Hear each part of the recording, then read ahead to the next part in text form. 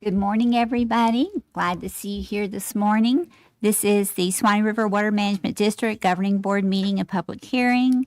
You can find us on YouTube, and this is open to the public there.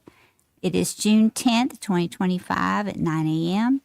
At this time, we are calling our meeting to order. And if everyone would rise for our invocation and pledge.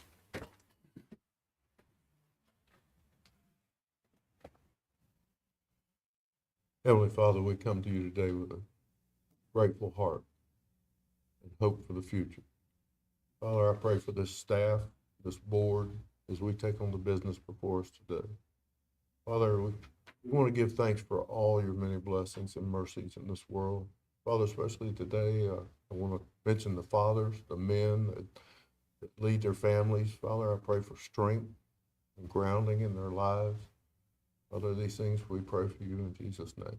Amen. Amen. Pledge allegiance to the flag of the United States of America, to the republic for which it stands, one nation under God, indivisible, with liberty and justice for all.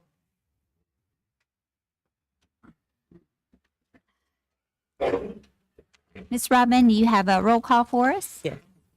Chair Johns, Here. Mr. Keith, Here. Mr. Schwab, Here. Mr. Smith, Here. Mr. Sessions, Here. Mr. Thompson, Here. Mr. Lloyd, Here. Mr. Wheeler. Here. Madam Chair, we have a quorum. Thank you, Robin. Are there any amendments to our agenda? Yes, ma'am. Workshops, have them postponed to a later date. Thank you. Is there a motion for the amended agenda? I make that motion, Madam Chair. We have a motion Second. and a second. All in favor say aye. Aye. Those opposed, like sign. Motion carried. Before we get into public comment, I want to apologize to our audience. I have woke up with a really bad migraine, so I'm going to pass the gavel over to our vice chair and let him conduct the meeting today. And I appreciate y'all coming. And again, I apologize. Medicine's not working yet this morning. Thank you. Hope you feel better. Thank you so much. Yes, ma'am. All right. Okay, we're going to go ahead and get started with public comment. And Troy, if you have one that can't make it here, and you're going to do that on behalf of Paul Still at this time.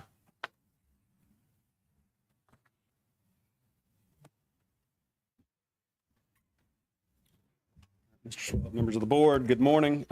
We have a letter from Mr. Paul Still representing the Bradford Environmental Forum that has been requested to be read at this morning's governing board meeting. The Swanee River Water Management District's Edwards Bottomlands Mitigation Project is located along Alligator Creek in the city of Stark in Bradford County. I did a walkthrough of the site on 6/4/2025 and am very concerned about what I found. The site is heavily infested with invasive plants. The trees planted as part of the mitigation requirement have not survived. The site has a very serious accumulation of trash and debris. The secondary flowways designed to carry floodwater are overgrown with woody plants. The secondary flowways were installed to compensate for the slowed flow that resulted from the mitigation project, changing Alligator Creek from a short, straight canal to a much longer canal with oxbows. The changes reduce the in-canal flow rate through the project site. The removal of the trash and debris and the woody plants should be done immediately because both impact the flow of water through the site. The trash and debris collected on the woody plants blocking flow. If debris, trash, and debris and woody plants are not removed, flooding along Alligator Creek in the city of Stark and eastern Bradford County will be much worse than occurred when Alligator Creek was a straight canal. I urge the governing board to ask the Swanee River Water Management District staff to immediately begin addressing the conditions of the Edwards Bottomlands Mitigation Project. Thank you. Chair, if I may Yes, sir. comment on that. Actually, staff, we actually have a contractor out on site working on the invasive plant management as we speak. I mean, given conditions. Yes, sir. Allowable. Okay. Just advise the board that is underway. Okay. Excellent. Question. Yes, sir. Pew, is this trash flow in, or are they having a dumping problem, or what's the deal? No, sir, what has historically happened in that area is because it is downstream of the 301 intersection with Alligator Creek. We do receive trash from time to time as it flows down into the site. Okay. And because of the way that project was designed, it I think you may have been on the tour that we took over there. And so it reintroduced the serpentine system in there, and your flows slow down a little bit. So it gives an opportunity for the trash to settle out. But that's being addressed as well. Do we have anything to, collect trash or slow it down, coming deep into the project? Not at this time. We have spoken with the city about doing something along a project as far as a trash cleanup in that area. Any other comments from the board? Okay, we're gonna move on then. Stacy Greco. I'll wait for item. Okay, you want to wait for, okay, we have, I guess that's item, what, 21, is it? Okay, no problem at all. It's the rest of the people, that, have signed up to speak. Do you want to wait till item 21? Okay, no problem at all. Same thing with you guys? No problem. In that case, I'm gonna, any other public comment that we need to make today that, in that case, we're gonna wait till, agenda item 21 to do that right there. Item number 5 is considering the following for, collectively consent agenda. Those of you guys that have had a chance to read over the board packet and everything else, what's the pleasure of the board on that? Motion approved. Second. I got a motion and a second. Any other discussion on the matter? All in favor, say aye. Aye. Any opposed, like sign? That passes. All right. Items of general interest of information and cooperating agencies or organizations. Hydrologic conditions report. Robbie? Yes, sir, Mr. Chair. Good morning, Mr. Chair, members of the board. I'd like to present the hydrologic conditions report for May 2025. I'd like to thank Brandy Sistrunk for sending over this great photo she took this past week of Royal Springs, just down south of us here in Suwannee County. She was out doing some gauge servicing and just took a minute to snap this. I found it interesting. There weren't a whole lot of folks out there. Must have taken this kind of early in the morning, but I know it's getting that time of year where these springs become, they're really handy to recreate in, can cool you down because it's getting to be that time of year where it's a little warm. But I think it's a beautiful photo. I'd like to thank Brandy for allowing me to use it, and I think it's a great way to start our hydro report for May 2025. Rainfall for May 2025, we had a district-wide average of about 3.8 inches, which represents about 8% higher than that long-term average of 3.5 inches. We did increase our deficit slightly. We went from just over 2.5 inches of rainfall deficit at the end of April to a deficit of 3.3 inches at the end of May. And that's due to the fact we moved over that window and we had a rainfall amount of 4.6 inches at the end of May of 2024. We only picked up 3.8 inches this past May. Looking at the map, the 3 to 4 inch range does represent the district-wide average for the month. And we did have some spots that were less than average, 2 to 3 inches in dark blue, and then we had less than 2 inches in light blue. The less than 2 inches really was kind of confined up to Jefferson County, whereas the darker blue colors were, we had some spots in Taylor, Madison, and then over in the eastern part of our district as well.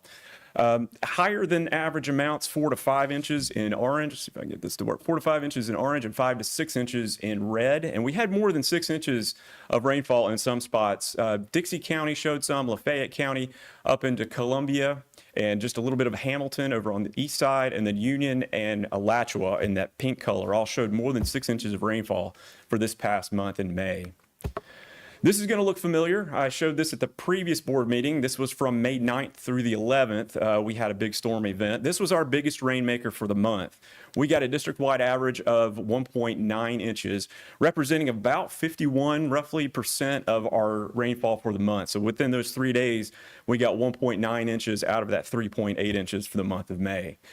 Looking at the higher amounts of rainfall, we had 2 to 2.5 inches in orange, 2.5 to 3 inches in red, and then more than 3 inches. We had quite a few spots of that within 3 days. Taylor County, Dixie County, up into Hamilton, Baker, Columbia, and Suwannee all saw more than 3 inches of rainfall within that 3-day period.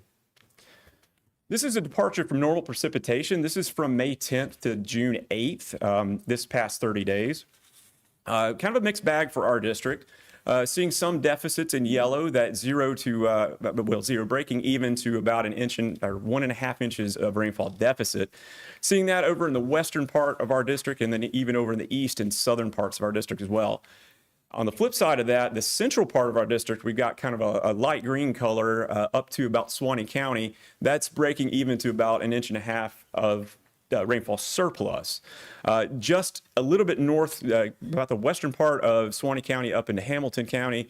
It's hard to see kind of here, but there's some of it over in Columbia and Baker as well. That's a little bit of a darker green. That's 1.5 inches to 3 inches of rainfall surplus. So the rain that we're getting is not quite being evenly distributed. It seems to be more in the center part of our district, and that's where we're having rainfall surpluses versus the deficits in the other portions.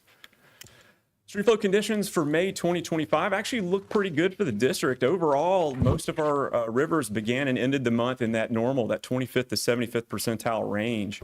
A couple of exceptions over at Worthington Springs began and ended the month below normal, and Graham on the Santa Fe as well. That one began in the much below normal, that less than 10th percentile, but it actually did increase in flow up to the below normal, the 10th to 25th. So it had a little bit of improvement. Up in South Georgia, seeing some improvements up there as well. Most of the river gauges were showing below normal to begin the month of May, but at the end, they kind of rose up into that normal range. So that rainfall is definitely helping out, but coming out of our dry time from April, this is actually looking really good as far as the stream flow conditions are concerned. Upper Florida and aquifer levels, this is actually April 2025. I wanted to show this to compare with May, but what we were seeing in April was large amounts of the district wells that were reflecting 75th to 90th percentiles up in that kind of that top third of the district.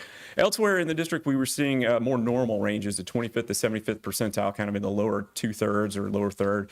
We did have one well over in Suwannee County that was showing above 90th percentile at that time as well. Fast forward 1 month, we're seeing a little bit of a difference here. Not quite as much of that lighter blue color up in the northern part of our district. A lot of that has fallen back into the normal range, so it's no longer high. We do see some highs, that 75th to 90th in that light blue. Over in Madison County, Jefferson County, Suwannee County, stretching over into Lafayette as well. This well still showing above 90th percentile as well over in Suwannee County. Now, the thing I wanted to point out too, this is kind of normal for this time of year. We start seeing some low spots in our unconfined areas. That 10th to 25th percentile, we had a well right on the edge of Jefferson and Taylor, actually one over in Dixie, and then a couple over in Levy, showing that 10th to 25th percentile. But elsewhere, we're seeing normal, basically normal levels for our district. This time of year, coming out of our dry time, going into our wetter time of year, this is normal. I'm glad we're not seeing reds for sure. I mean, the oranges are okay at this point in time. U.S. Drought Monitor, this was released the last Thursday, June 5th. Really what I wanted to point out here is some of those spots that I showed earlier with the deficits are actually showing abnormally dry as of last Thursday, that D0, up in the northern part of Jefferson County, over into Madison County, and then over in the eastern and southern parts of our district as well. Really the only counties not showing any abnormally dry include Taylor County, Lafayette County, Suwannee County, and then up into Hamilton County. All the other ones are kind of in that abnormally dry, at least a portion of the county or the full county itself. I did want to note some of the improvement that they're seeing down in peninsular Florida as well, not quite as extreme in the drought categories as they had been. They're also getting some rainfall too, increasing at the beginning of June. I did want to mention we are still under an El Nino Southern Oscillation neutral conditions. Those are expected to continue from June to August with about a 74% chance. From August to October, that's still at about 50% chance. So those neutral conditions are going to be with us, it looks like, pretty much for the rest of the year, almost the rest of the year, at least through October at this point. With that said, National Oceanic and Atmospheric Administration seasonal outlook through June through August, we have above normal rainfall probabilities for most of our area, even up into the East Coast. That's mainly because we're getting into our wetter time of year. And also above normal temperature probabilities from June through August as well. All right, so on May 29th, the National Hurricane Center released their predictions for the 2025 Atlantic hurricane season.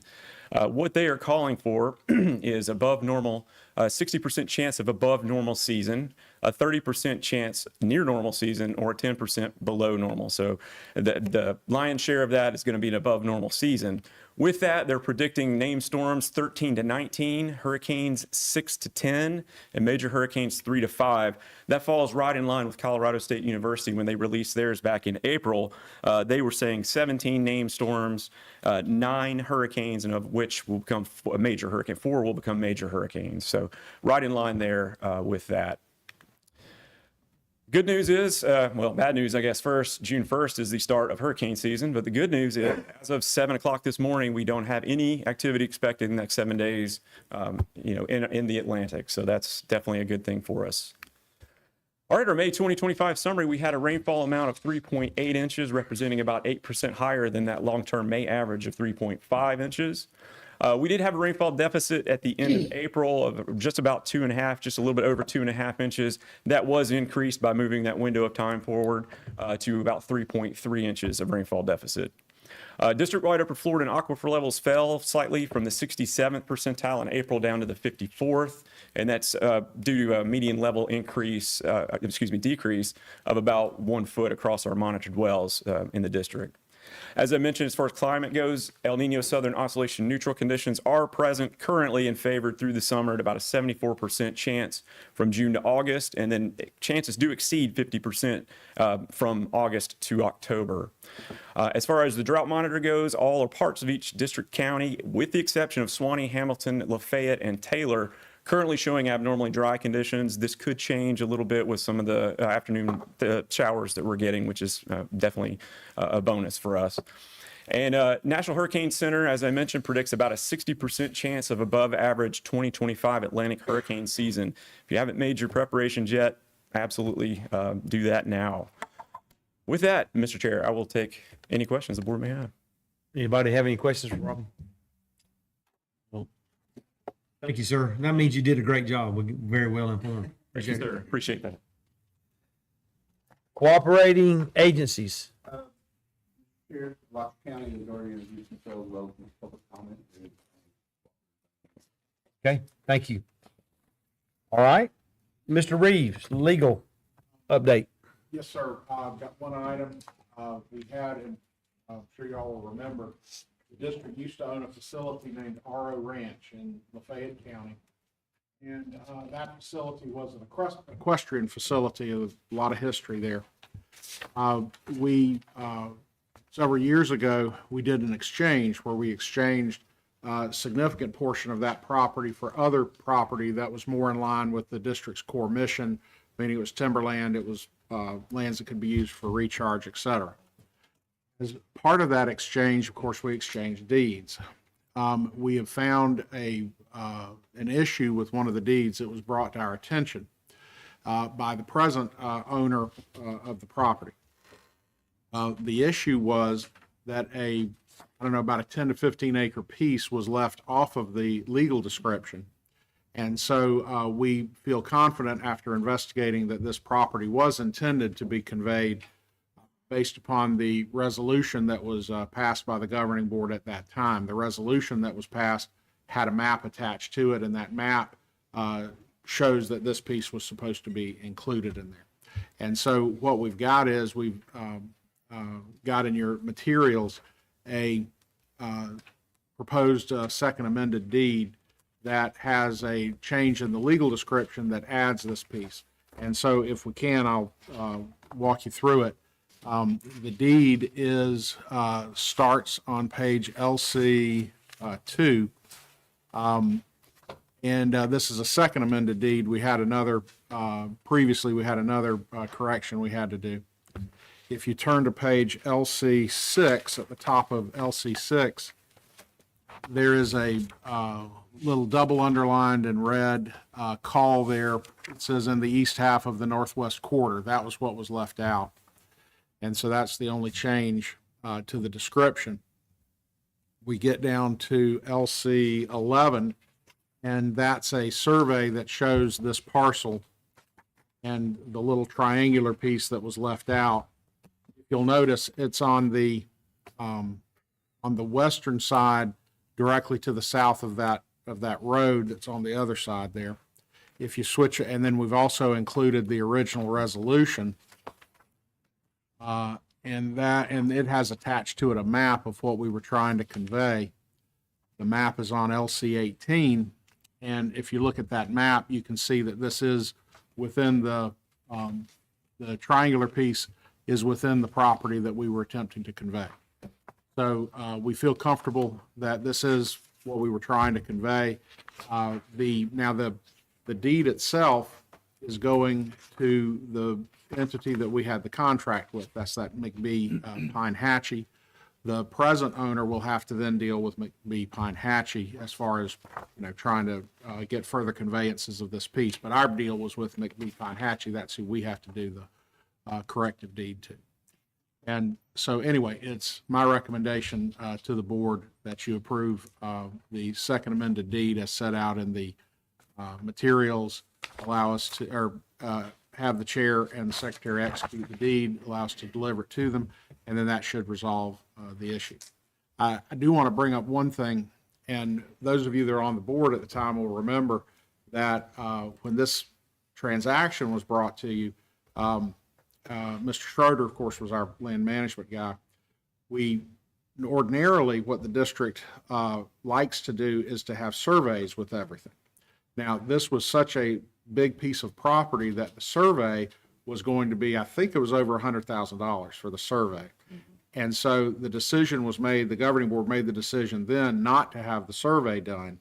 And when you don't have the survey done, you end up with a lot of times some little snippets that you've got to then fix later. I think that probably financially was certainly a good idea. It hasn't cost us $100,000 to come back and correct a couple of little things, but that's why we're having to do these corrections, as we decided to forego that expense and at that time. What's the pleasure of the board? Make a motion. Second. All right, we got a motion and a second. Any discussion on the matter? All in favor, say aye. Aye. Any opposed, like sign? Matter passes. Nothing further unless you have questions of me, Mr. Chair. Thank you. I'm glad you had something this month. Tom, earning your too. money. Appreciate it, brother. Good job. Okay, Mr. Alexander, I'm going to turn the floor over to you. Right. Chairman Schwab, members of the board, those in attendance, good to see you. Good morning. For business and community services, you'll find items number 10 through 24 on this morning's agenda. Item number 10, the facilities update, and item number 11, the declaration of surplus property and disposition, will be presented by the Office of Administration Chief, Mr. Ben Glass. Items number 12 through 19 were approved by way of consent agenda, so thank you for approving those items. Item number 20 is an informational item. Item number 21 is the environmental resource permit for TerraForce West. This item starts on BCS page 48. It will be presented by Sarah Ferson, lead professional engineer with the ERP issuance and compliance program. Sarah will also be doing an introduction of one of our interns. And then items number 22, the agriculture environmental projects report. Items number 23, the Taylor County groundwater study. And item number 24, the Ecofina-Steinhatchee watershed study. Presentations will be covered by Mr. Leroy Marshall, and I believe he has some guests with him as well. So at this time, I'd ask Ben to come forward.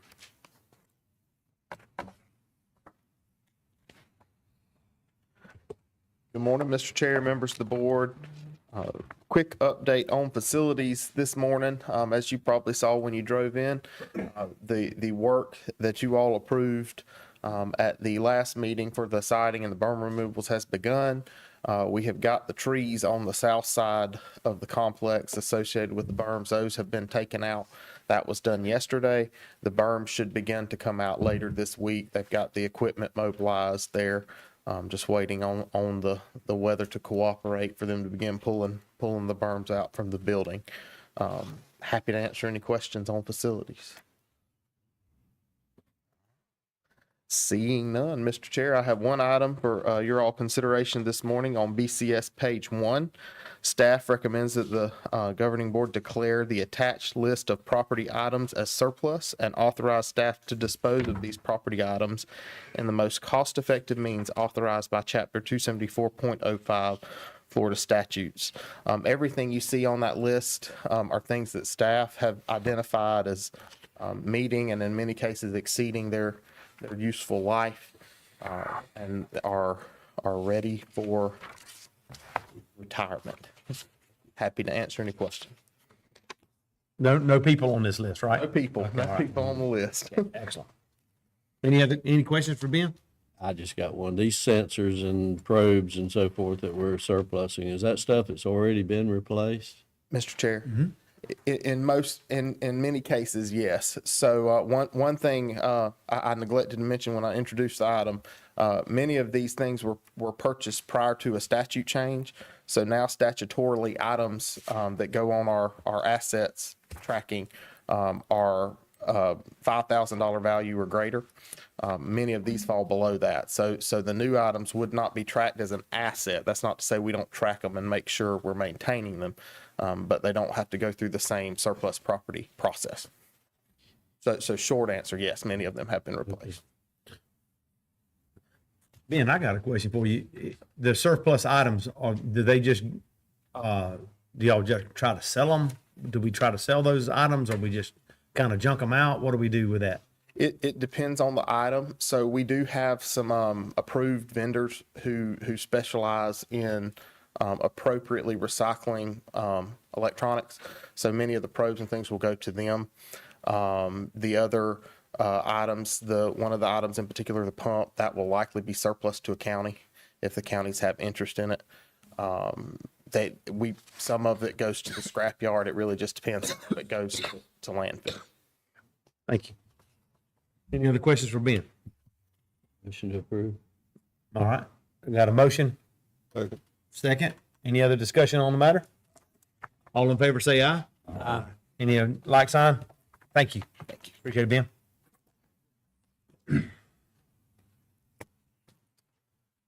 All right, so I guess we're going to move on to item number 21.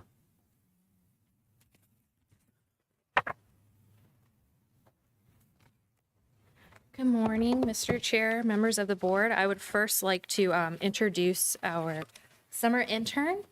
We're happy to have Amelia McGuire join the resource management team for the summer. Amelia just finished her first year at school at the University of Georgia. She is studying civil engineering and plans to go into stormwater management design. Amelia is excited to be back at the district for her second summer and have the opportunity to learn and do more. She's enjoying being home in Naylor, Georgia for the summer and having a quiet break from Athens before she goes back to the University of Georgia in August. Welcome, Amelia. Welcome. Okay. I have one item on the agenda today on BCS page 48. We would like to recommend approval for environmental resource permit application number ERP-001-209338-9 with 19 individual permit general conditions and 5 special conditions to TerraForest LLC in Alachua County. The previous environmental resource permit, sequence 8, was for the construction of 48.04 acres of new impervious surfaces and the construction, operation, and maintenance of an additional stormwater management system to serve 71.43 acres of impervious surfaces on a total project area of 115.23 acres for phases 1 and 2 of Terra Baywood and phases 1 and 2 of Terra Forest East residential subdivisions. This application is for the construction, operation, and maintenance of an additional stormwater management system on a total project area of 44 acres to serve 86.16 acres of impervious surfaces for the future Terra Forest West residential subdivision within the limits of the city of Alachua. This project is only for the stormwater management facility, and subsequent minor modifications will be submitted to develop the impervious surfaces to verify conformance with this permit. So this is just for the stormwater. There's no impervious being authorized with this permit at this time. This project has been reviewed and meets the conditions for issuance found in 62330.301, Florida Administrative Code. Additionally, the design meets the criteria required in applicants' handbooks, volume 1 and 2. And I would be happy to take any questions. Okay, go ahead. Sir, I understand that, in this project area with retention, there was some sinkhole development. There are no sinkholes that I'm aware of within the Terra Forest LLC property. The county identified, let's see, one sinkhole here. That's the Terra Baywood property. So that's a different owner. And one next to Lowe's back in 2020. I did go out there yesterday and I did not see a sinkhole by Lowe's. We are pursuing compliance on the sinkhole for the Baywood Center area.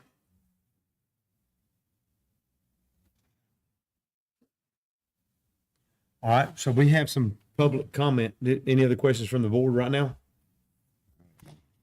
All right, so we have some public comment on this particular item, and I'm going to go ahead. Ms. Greco. Okay, no problem at all. Yes. Now, Stephen, just to give you a heads up, we're not going to go through your PowerPoint because we've all got it. We've all read over it. So you have the floor to be able to make your public comment just like everybody else. All right. Thank you, Mr. Chair, board members. Good to see you again. Yeah, my understanding is you do have the copy of that, and I may reference a slide or two as I'm going along, so you can follow along as I'm speaking. Also with me today is Stacy Greco, our Water Resources Manager, and then Jim Olson is also here. He's the Director of Geology and Geophysics with GeoHazards, and they'll likely speak either following me or sometime during public comment. So we're here on behalf of Alachua County to recommend denial of the ERP permit for the Terra Forest West and express our concerns for the water quality impacts to Mill Creek watershed, concerns with developing within karst geology in a high recharge area with high sinkhole probability and within zones of significant groundwater flow, and for the protection of our public health and safety. And I'll explain as I go here what those concerns are. If you look at slide 4, this project discharges directly into Mill Creek Sink in our cave system. Slide 5, in 2005, there was a DITRIS study demonstrated that Mill Creek Sink is hydrologically linked to Hornsby Springs and Santa Fe Hills. The county has a conservation easement over the springs and manages the Santa Fe Hills water system. As part of the study, dye was deployed at the sink and detected 6 miles away at Hornsby Springs within 12 days, and was also reported at the Santa Fe well, which is about 1.25 miles away, and Darby Springs about 6 miles away. Dye was still detected 154 days later at Hornsby Spring. Wood Geotech in 2021 performed an environmental resource assessment for Terra Forest, Terra Phoenicia, and Terra Baywood, and in summary made the following recommendation: that site-specific engineering and geological studies be completed to determine if there is evidence of ground loss since the 1960s, and if there is an unacceptable likelihood of future subsidence or of the potential for sinkhole development. Further, they recommend avoiding development in areas shown as a result of these studies to have an unacceptable likelihood of including ground loss or sinkhole formation. And we do not believe this level of study has been done to date. If you look at slide 11, the district's ERP Applicants Handbook, Volume 2, outlines the criteria required for projects in sensitive karst areas.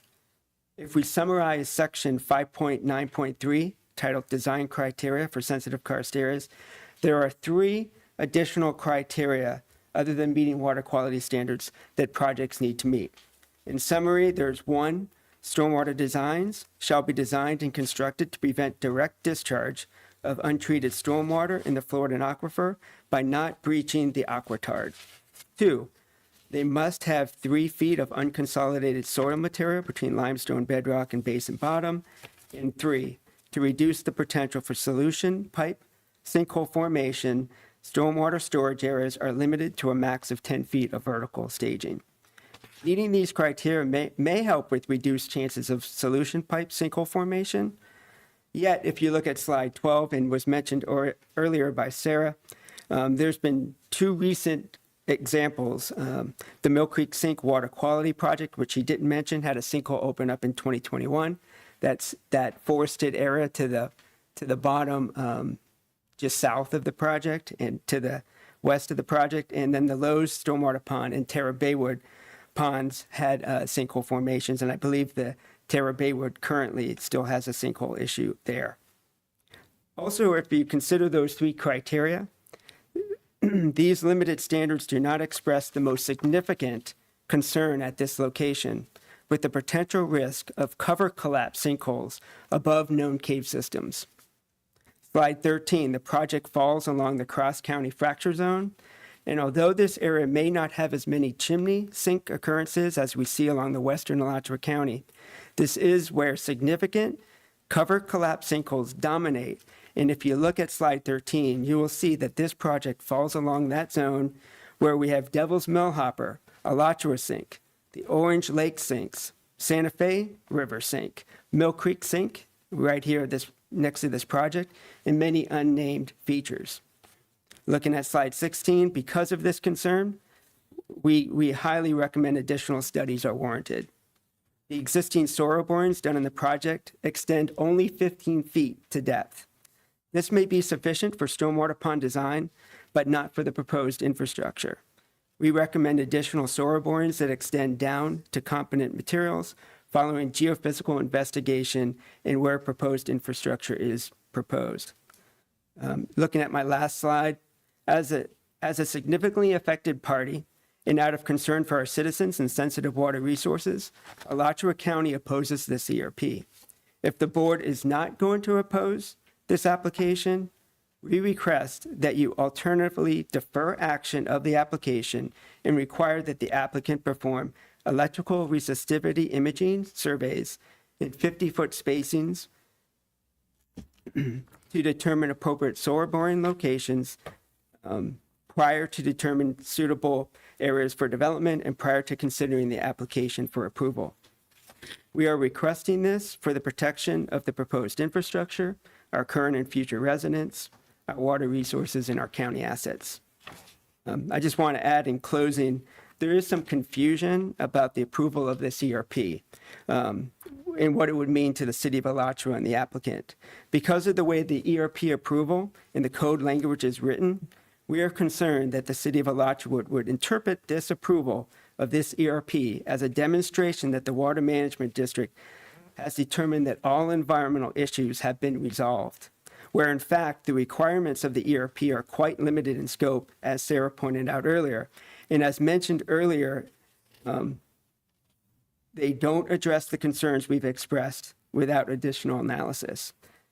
We ask that if you approve the CRP, that you put on the record that this permit addresses stormwater design requirements, and this permit does not demonstrate that the proposed development protects the cave system, nor does it eliminate the threat to the aquifer if significant land alteration and development in combination with high-volume storms and extreme weather leads to subsurface and surface instability and erosion. That kind of concludes my comments. Again, I want to thank you all for the opportunity to speak, and I'd be glad to answer any questions. Thank you. Any questions? I have one. Sarah, can you address those special concerns that he mentioned in the rule? Those were the three I mentioned there. Mr. Chair, Yes, ma'am. district staff has reviewed these parts of the rule and have found that the applicant has addressed all parts of the special karst area requirements. I think what the gentleman was saying that the part of the rule, there's nothing to address. It just has to do with the geographical location of the site. We fall within any of that special limitation. And we're bound by rule, but the rule has some special clauses in it, or sensitive areas. And there would be nothing for the developer to do. He just happened to choose a geographical area that's sensitive. Any of this area, which as a layman, I would think that's a pretty sensitive area. But does any of this fall within those exceptions to the rule? Mr. Chair. We're bound by the rule. I get it. Doesn't matter what I think about the project, but what the rule says and they fulfill their requirements, I get that. But if we have exceptions to the rule written into the rule, could you explain how this is not part of that? I'm not quite understanding you with exceptions to the rule. This site is located within a sensitive karst area. And so because of that, they had to provide additional sinkhole repair plans. They had to show that they are meeting those specific requirements that Mr. Hofstadter mentioned in that section 5 of the applicant's handbook. So because they're in this sensitive karst area, they had to address those items. So there wasn't an exception. So it's allowable as long as they have a plan to repair? Correct. Now, sinkholes do vary quite a bit. Yes, so there are different different plans depending on if it's a shallow or a deep sinkhole. Well, I Different repair remember plans. last month, I believe he was a geologist, he was a diver, dove the cave. Said that he found caverns that were just so far back up to the surface, he was amazed by it. Do we have any information as to what the elevations of, how much lime rock or buffer do we have on some of these areas? Do we have any way of knowing that without more sampling the whole property, or? Mr. Chair, I do not have that information. It's not part of our review. I can refer to Mr. Zwanka if he has more information about the geology of this area, but that's not something that is part of the handbook and this Florida I statute. just wondered when they dove the caves, if they Yeah. did any kind of topography of the area. Another thing on our, requirements to the permit, we have, in 16, it's provide routine maintenance of the system. What is routine maintenance of the system? Mr. Is Chair. that when you get a chance to, or is that every 6 months, or what does routine mean? It depends on the system that is being permitted.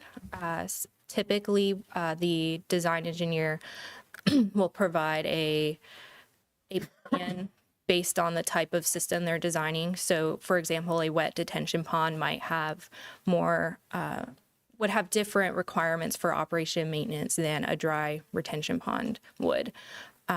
So it could be every 6 months. It could be more or less frequent than that. It depends on the system. And obviously, we're relying heavily on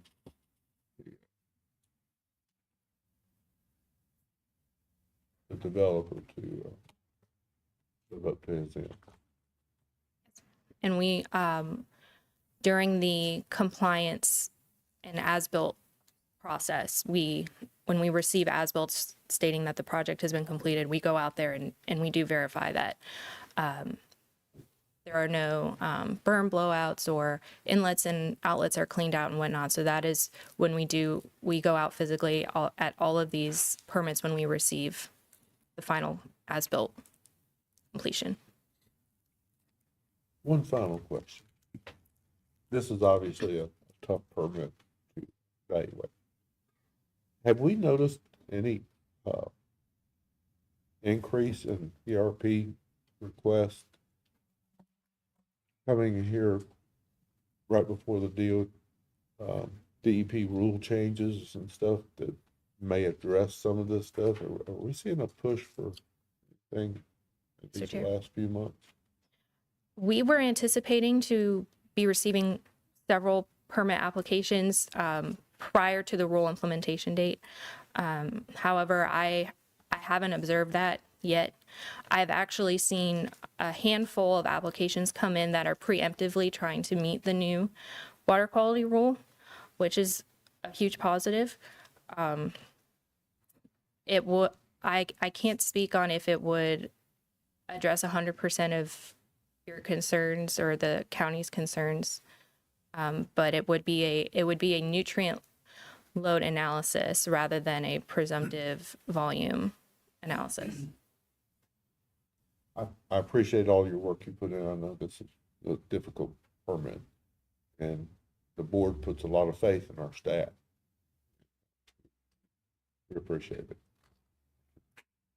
Thank you. Mr. Chair. Yes, sir. I mean, relative to Mr. Charles' question about the expanse of the cavern system within that area, I'm going to call, if it's okay with the chair, Mr. Mukhtar and his consultant. I think they presented some of that information last month, Mr. Charles, about the depth down to the cavern system, but that's at the board's. I tell you, Hugh, I hear what you're saying on that right there, and they've already got a request to speak publicly. Let's work through our list here and they'll have an opportunity to speak to those areas. Okay? Anything else there, Mr. Hosfer?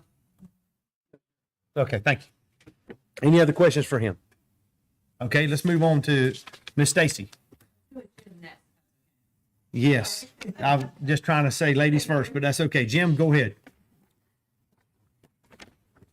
Board, thank you for taking the time to listen to me. My name is Jim Olson. I'm a professional geologist for the state of Florida. My expertise lies in karst identification and sinkholes.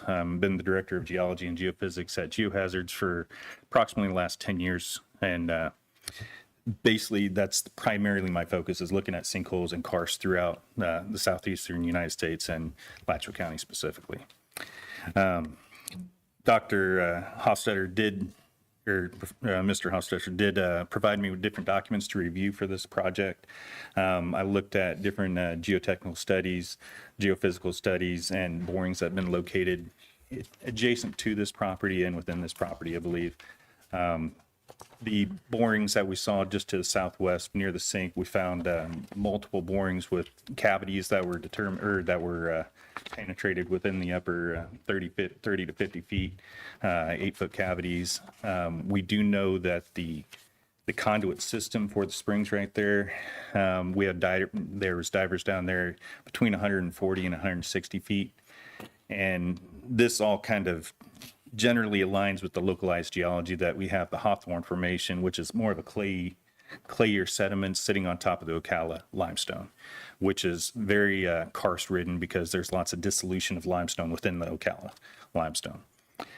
The documents that I did review did show 2 electrical resistivity merit type investigations where they put probes in to try to get a little bit further deep. Their target depth was around 150 feet.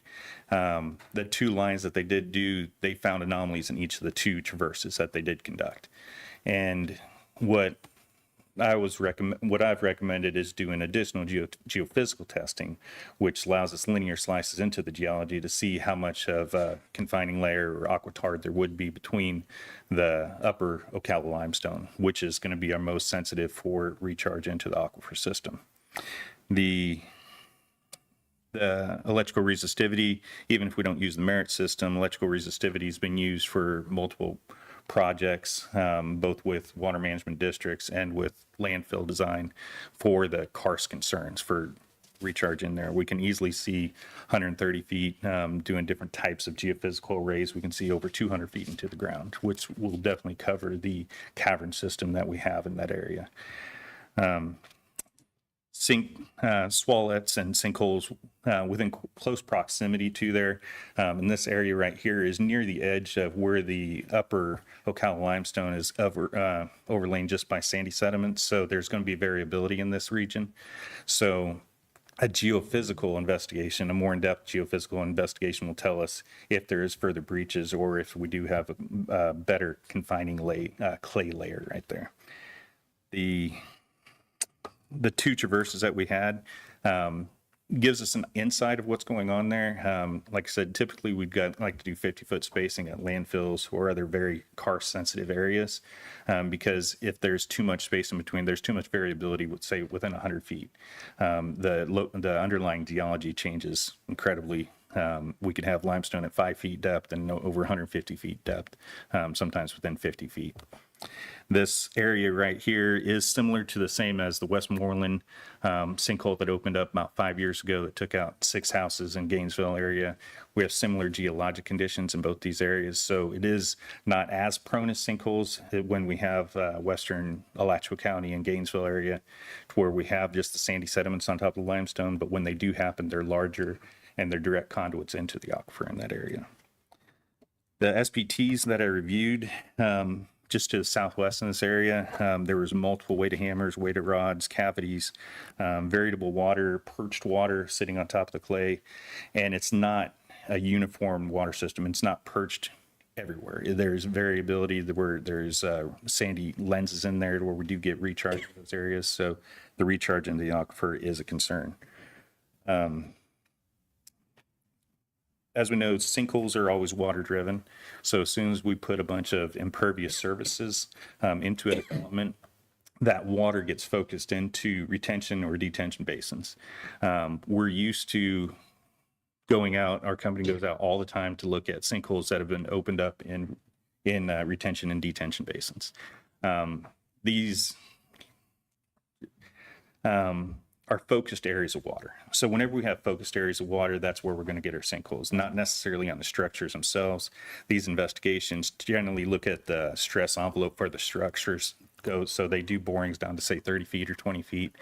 When we're looking at karst identification, we like going to competent limestone.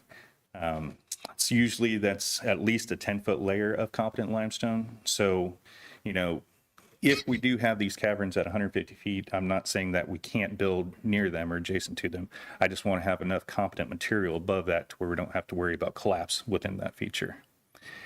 And again, that's not necessarily due to the stresses of the structures. We're not worried about that, but the focusing of water within the retention and detention basins. So that changes the depth of what we're looking for. So the borings that I saw, a lot of them were terminated with either 0 refusal conditions within the SPT borings, or they would just have 1 refusal conditions of 2 feet depth, and that's just not adequate for karst analysis and sinkhole identification. At this time, if you have any questions, I'll be more than happy to answer for you. I have a question. Yes, sir. I'm pretty familiar with that area. I've been going through there for the last 50 years. And the DOT had built 441 and I-75 right there. Isn't there the same problems running underneath all that infrastructure? Again, it's more the water focus. The DOT has the ability to have the retention basins away from their roadways. The sinkholes still develop. Usually they get covered and filled either by DOT workers. I don't have a sinkhole map saying what sinkholes have opened up there. We could contact the DOT to see if any activities happened. We don't generally get sinkholes in the roadways. We do have to fix sinkholes within roadways every once in a while. Usually with the compaction, the watershed is away from the roadway, so the water is driven away from there, so we don't get the sinkhole development within the road itself. Because there's quite a bit of impervious surface there, and like I said, I've been in that intersection over the last 50 years, thousands of times, and I actually used to live within a mile of that intersection on the south side, and you know, I never really heard of a whole lot of things opening up in that area. You know, maybe this is pure speculation, but and I understand when you focus water to a place, it can happen. I mean, in part of the western part of this county, when they did the retention ponds out there by Bender Holes, they had a couple of those open up, but you know, being in this area for a long time, I've never seen a whole lot of sinkholes open up in that general area. So I was just wondering if this is speculation or if this is... No, it's more so with the activity that we saw in the southwest adjacent property to this development right here. I don't have information pertaining to karst analysis really in this, so all I can really is somewhat speculate to what it would be similar to the localized geology. That's why I'm recommending testing so we can assess it more accurately. Okay. So, one question. You're recommending testing. So I understand this. Are you saying it's water driven? So where the retention reservoirs are, they need to be concerned with, Well, I mean, those are the most concerning areas because we're driving the water there. The sinkholes can still open up underneath, say we put a parking lot or a structure, we can still open up if they're pre-existing. The water that we're driving isn't going to create the cavities. The cavities are already there. So it's more of identifying where these are and at what depth they are and if there is a sufficient cover above this to where if they're concerned or not. so the area where the retention holding areas should be more tested.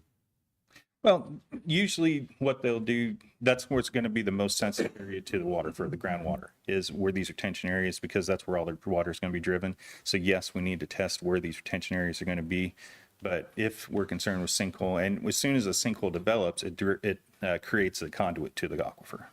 So there's two different aspects. There's the sinkhole damage to the structure and concern, but it's really the water quality that could be affected. Well, I mean, that's interesting because when we do retentions, we're usually seeing how the recharge of an area is, but I don't know that we've checked for hard pan. Not just this project, any project when we're permitting. We have any data on that, or when we pick the location for the retention, is it drilled for what information? Or is it drilled at all?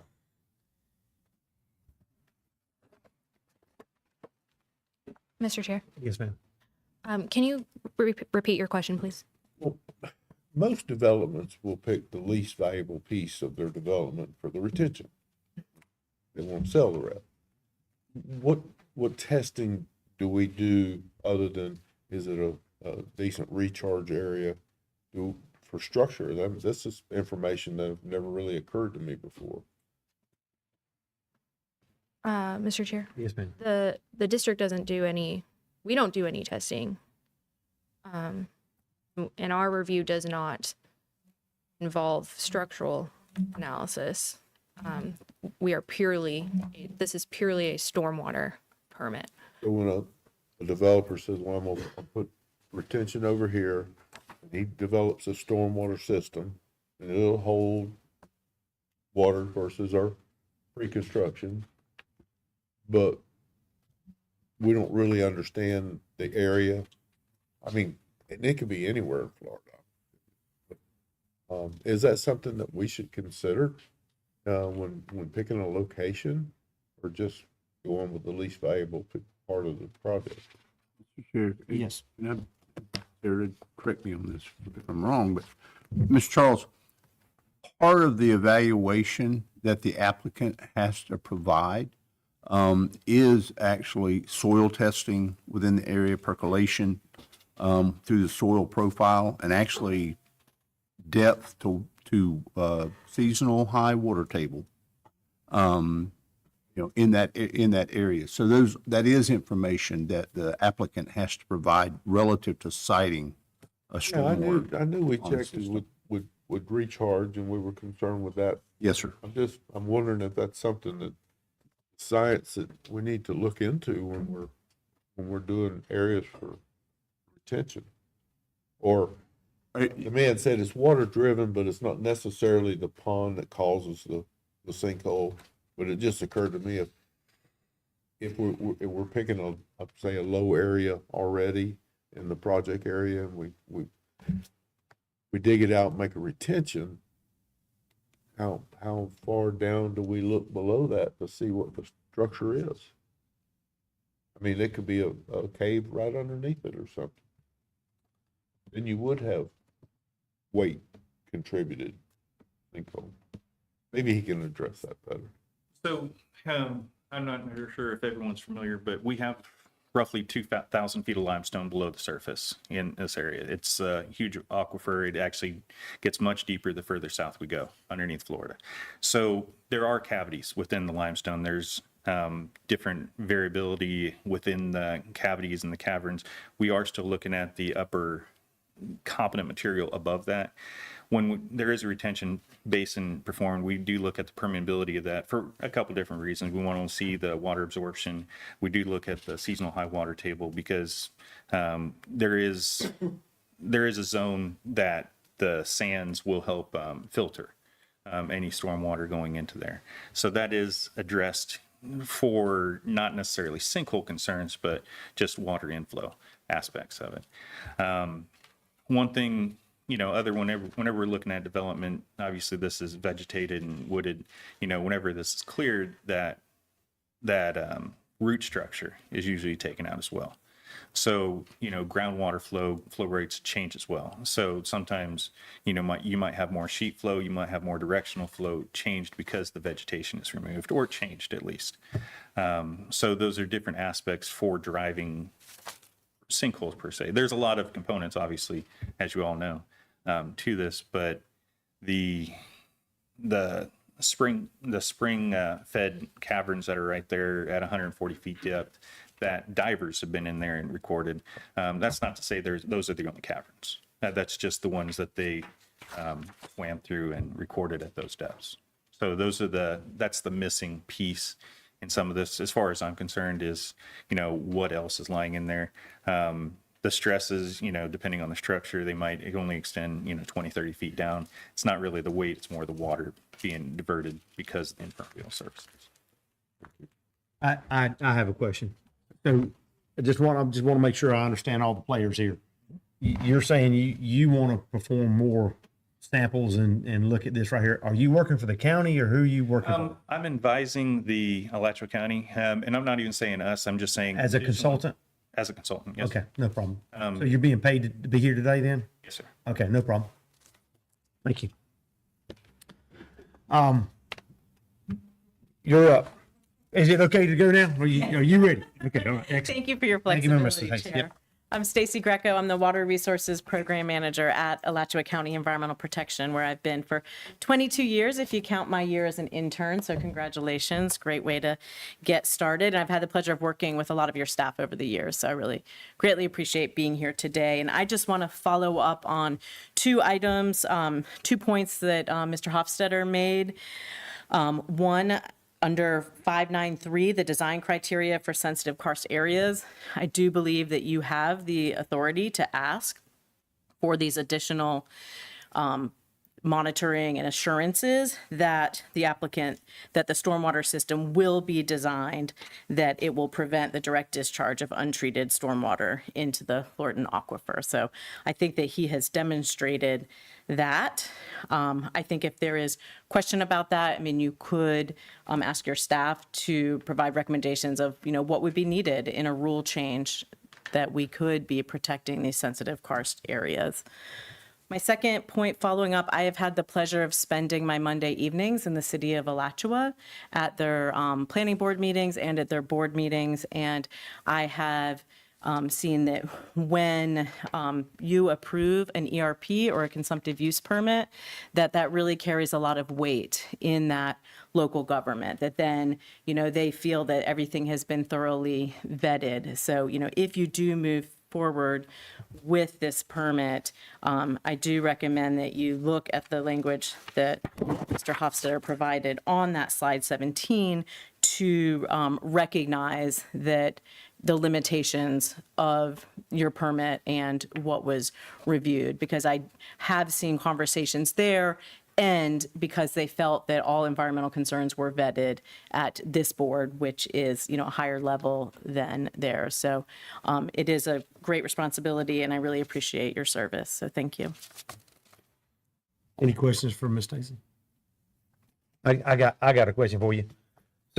So if I understand you correctly, you guys want us to put more language in there to this permit to make sure that we're not green lighting everything that Alachua, city of Alachua is perceiving that what we're saying. You're saying that they're not they're not, in the city council and the other group is not, and the planning board is not educated well enough to understand that we're not the be all and end all, that they can make their own decisions, or are you guys just upset that they're usurping the, Alachua County Environmental Protection Agency? I would not Department. word it in that way. I would say that, any elected official wears many hats, right? So when they come and they are looking at these land use decisions, then, when their staff reports that the permit has been approved by the state, I don't think that they have the familiarity with the state rules that you and your staff do. So I think sometimes there is the perception that the review of that permit and that acceptance of that permit might have been more broad and more in-depth than it was. Well, I mean, unfortunately, it looks like we've had this happen before on some other projects that we worked in the county is sometimes the Alachua County Department of Environmental Protection, which is kind of strange to me that the county has that department, the only county in the state of Florida that has that department, is at odds with our staff and what we want to do and what we are obligated to do and what the statutes say that we can do. And it just seems like it's just a little bit odd that we have to put another barrier of red tape and questioning and studying and cost to people that want to get things done just because the Environmental Protection Agency that the county has mandated or department that they've got ahead doesn't agree with the way we've come up and evaluated the statutes and the rules and how our staff has done a professional job on evaluating these permits. So it just seems like it's just a little bit at odds here. That's just, to me, that's my impression. Am I wrong? Well, I will say there are many counties that have environmental protection departments. Up in your region, we are probably the only one, but there are many in the coastal areas and in central Florida.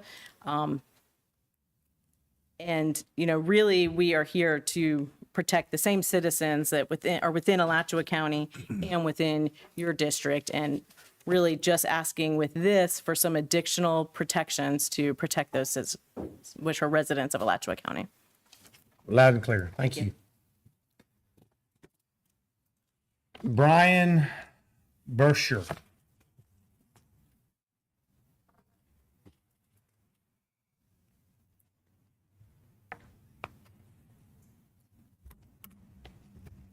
Good morning, Commission. Brian Bisher from High Springs, and I'm the cave diver you were talking about. Might remember from last month. Appreciate y'all having this before you today.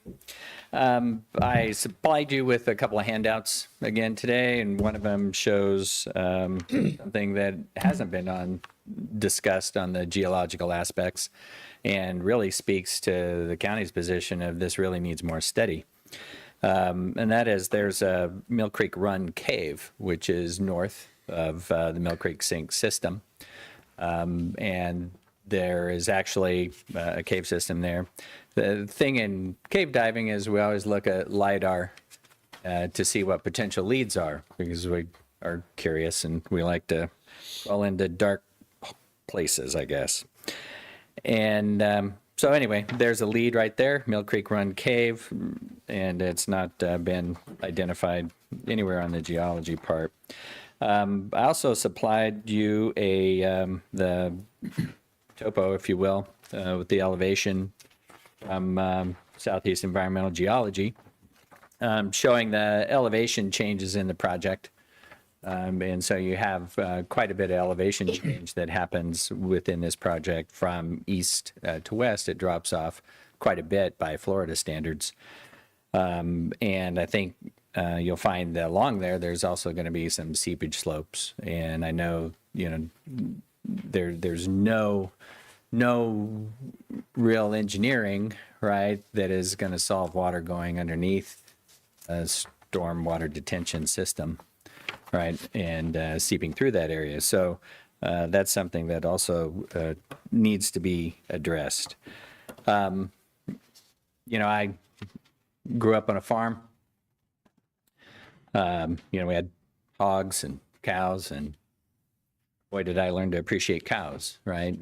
Raising hogs. But we also did, corn, and I've planted a lot of pine, cut a lot of pine. And, one thing I know is there's right places and there's wrong places to do things, right? And, if my neighbor's going to put up 1,000 head of hogs right next to me, I might want to have something to say about that. And here I am in the city of High Springs, and I'm going to be drinking the water that comes from this place, right? And so whatever goes in there, it's going to be all of North High Springs is going to be drinking that stuff. So it just needs to be protected in a way. And I think that one thing you see is that you have a study that was done by Wood Engineering, right? Great study, recommended additional studies is what I recommended, bottom line. And so it turned out that it's cheaper to hire another geologic firm to come in and say, no, it doesn't need other studies, right? GSE came in and gave that information. So, which is it? Is it just cheaper to hire a different geology company to say this is okay? And this is the information that your staff is relying on, right? They're relying on stuff supplied by the applicant. They've had a brief chance perhaps to review what the county supplied, but there isn't enough data really there to go by. So I don't know. I guess my point is, can you grow bananas in Alaska? Yeah, you can, but you probably shouldn't if you want to yield, right? And that's what's going to happen here, right? Is this place is looking for a high yield by putting all this infrastructure in. It's going to end up with runoff. It's going to end up with concentrated water going through directly to the aquifer. I know Commissioner Sessions, you had mentioned that, growing up in that area, I would imagine it was predominantly agriculture, right? And so there wasn't the concentration of water into one specific area. There wasn't a lot of hard surfaces that were driving the water essentially into a funnel, right? And if you think of this whole area as like a filter, because ultimately isn't that what it is? That's why we get such clean, great water, is a filter. When you have a really wide filter, then you have a really good filtration, right? But if you have that thing and it's funneled down into that one narrow part, then it's going to run through there faster. It's going to run right into the aquifer faster. So I would encourage you to require additional studies at a minimum for this. Thank you. Any questions? Thank you. Kristen Rubin. Good morning, everyone. I haven't been here in many years. The last time was when we were discussing Nestle's, but that's water under the bridge, as they say. Thank you I'm Kristen Rubin, and from High Springs also. And congratulations on taking the time to discuss and protect this project for Mill Creek and for our environment. From what I have read and heard, that the area being discussed is an extremely sensitive area of karst, and to avoid adding a proposed 9,000 truckloads of topsoil that needs to be tested for contamination, because you never know what that's like, which will add weight to an area that this was not intended to have originally. This area was not built for what is being proposed. Then there is a huge reduction of water that will create areas of karst to collapse. At this time, where there has not been sufficient study as to the viability to this project. Bringing in topsoil will change the contour of this land and is not a natural solution. Why cause harm to the sensitive area only to fall on the shoulders of future owners? When there is water withdrawals, won't this add to the sinkhole collapse? I have 5 sinkholes that go in a lovely line next to me, but they're old. Robert Knight from Florida Institute came out and looked at them, and they're like 10,000 years old. So I don't think there's going to be more collapse, but it's not on my property, so I'm okay. But I'm real close. When there is, and has a viable study been done how this will affect the High Springs water? I have a solution. move this project to an area that has had sufficient study and is sustainable. And thank you very much for your time. Have a great day. Thank you. Any questions? Okay. Jay Brown Jr.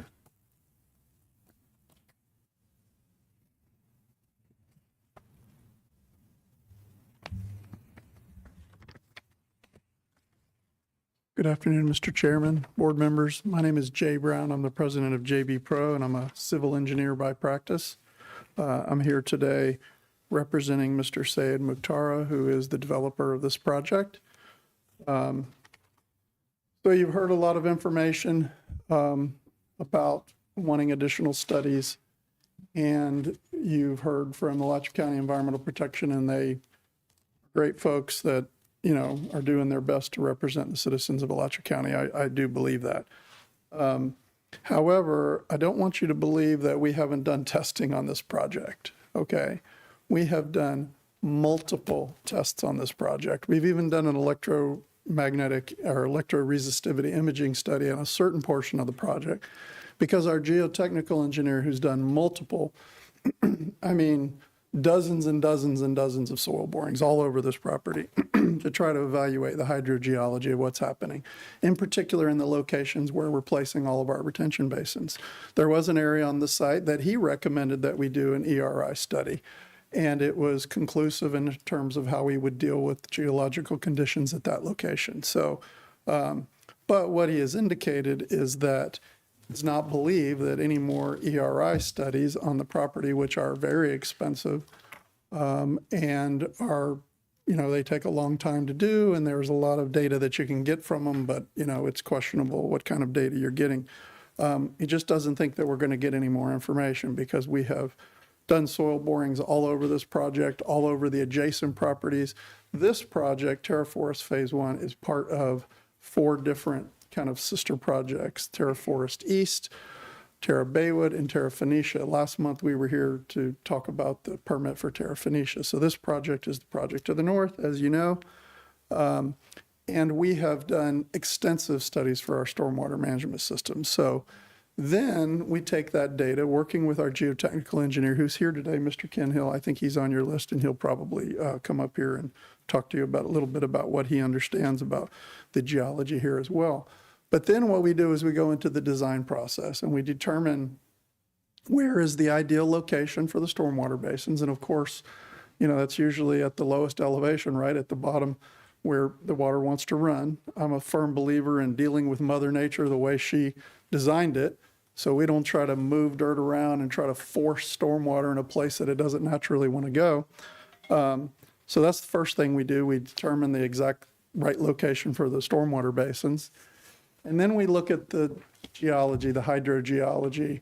And one of the things that happens when we do those studies is the geotechnical engineers, they look at the propensity for karst development, for sinkhole development, as has been discussed here. And in order to address that, what we do is we implement certain strategies with retention basins that are in areas that are near karst features, karst areas, karst, sensitive areas. So in this particular system and these basins, our geotechnical engineer designed a way that we would undercut these basins and we would create a blanket of material, specified material with a certain amount of fines in it that enables you to spread out the stormwater evenly across the whole area. Because what happens with sinkholes is sometimes you'll get a lime rock outcrop that outcrops in a certain area. And so what they do is they rough excavate the basin, and then they look at that area and make sure there aren't any outcrops, and where there are, we treat that with this certain area where we undercut the basin. But in this case, we're undercutting the entire basins, and we undercut the side slopes, and we've learned over the years that that does the best job of preventing sinkhole formation. So we have very specific details that we put on the plan. And then in addition to that, we do have details that suggest if something does happen, if there is a sinkhole that development, here's how we repair it. And the first thing that we do is we bring our geotechnical engineer out to the site. And if something were to develop, they have a very quick way of determining what is the best way to deal with that. And we repair those very quickly. And I will tell you that that's not different than any stormwater basin that you've permitted in western Alachua County that is in the karst area of environmental protection, and our engineers and everybody has identified. So there's a system that we have that we've been using for quite some time to address that. Then, of course, we get through the design process and we go work with your Swanee River staff, and we went through an exhaustive review process with 3 different submittals where they asked questions and we addressed those comments, and they asked more comments and we addressed those comments. And we went through this months-long process of making sure that we meet your design standards. At that point, they can then recommend that we're here, we've met your standards, and they recommend approval. But it doesn't stop there, because when we start construction, we then have to make sure that all this stuff gets done. So the thing that I want to point out to you, which I hope will give you a little bit of comfort, but Mr. Mukhtar has his own site construction group, okay? So he's able to act very quickly if anything happens. We have already built 4 phases of these projects. We have 5 retention basins that have been permitted by Swanee River that are in place.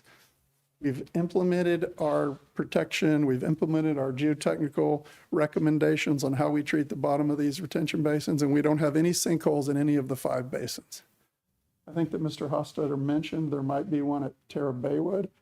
I am not familiar with that. I have not seen that. We haven't been notified of any sinkholes in any of the basins.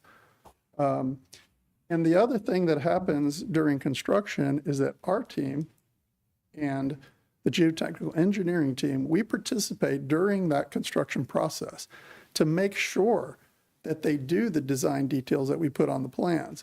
We have a construction team at JB Pro that is hired by Mr. Mukhtar, and he spends a ton of money making sure that we're out there, that we're inspecting these basins.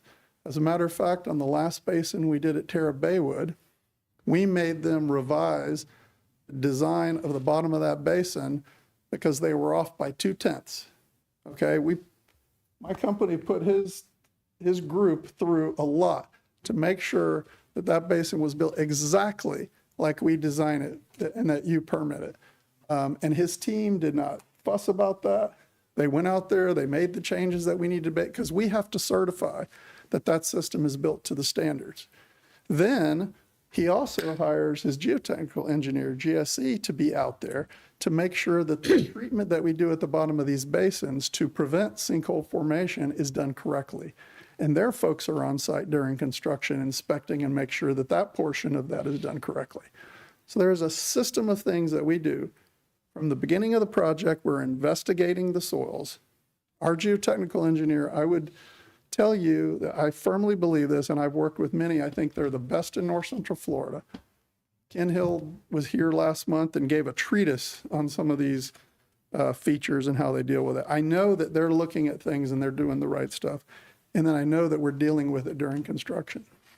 Then Mr. Mukhtar also has that same crew that's available doing this construction, because they're always out there building the next thing, that if anything were to happen, he can immediately get on that. We have in our plans that he's required to call the geotechnical engineer, call us, call Swanee River Water Management District, notify you if something happens, and then we get out there and do a treatment immediately. So there is no impact to the Florida aquifer, or very, very minimal, because they get repaired if that were to happen very quickly. So I'm just here to tell you that I think your staff has done a good job of reviewing this project.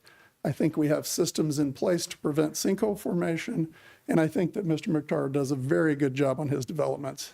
This is the 7th project that I've worked with him on, and I've seen how they build their projects, get them completed, do it right, and I firmly believe that he's sensitive to these matters and that we're doing everything we can to make sure that you're permitting the right projects. So Thank you. I can answer any other questions. Any questions? Thank you, sir. Appreciate it. Thank you. Mr. Hill.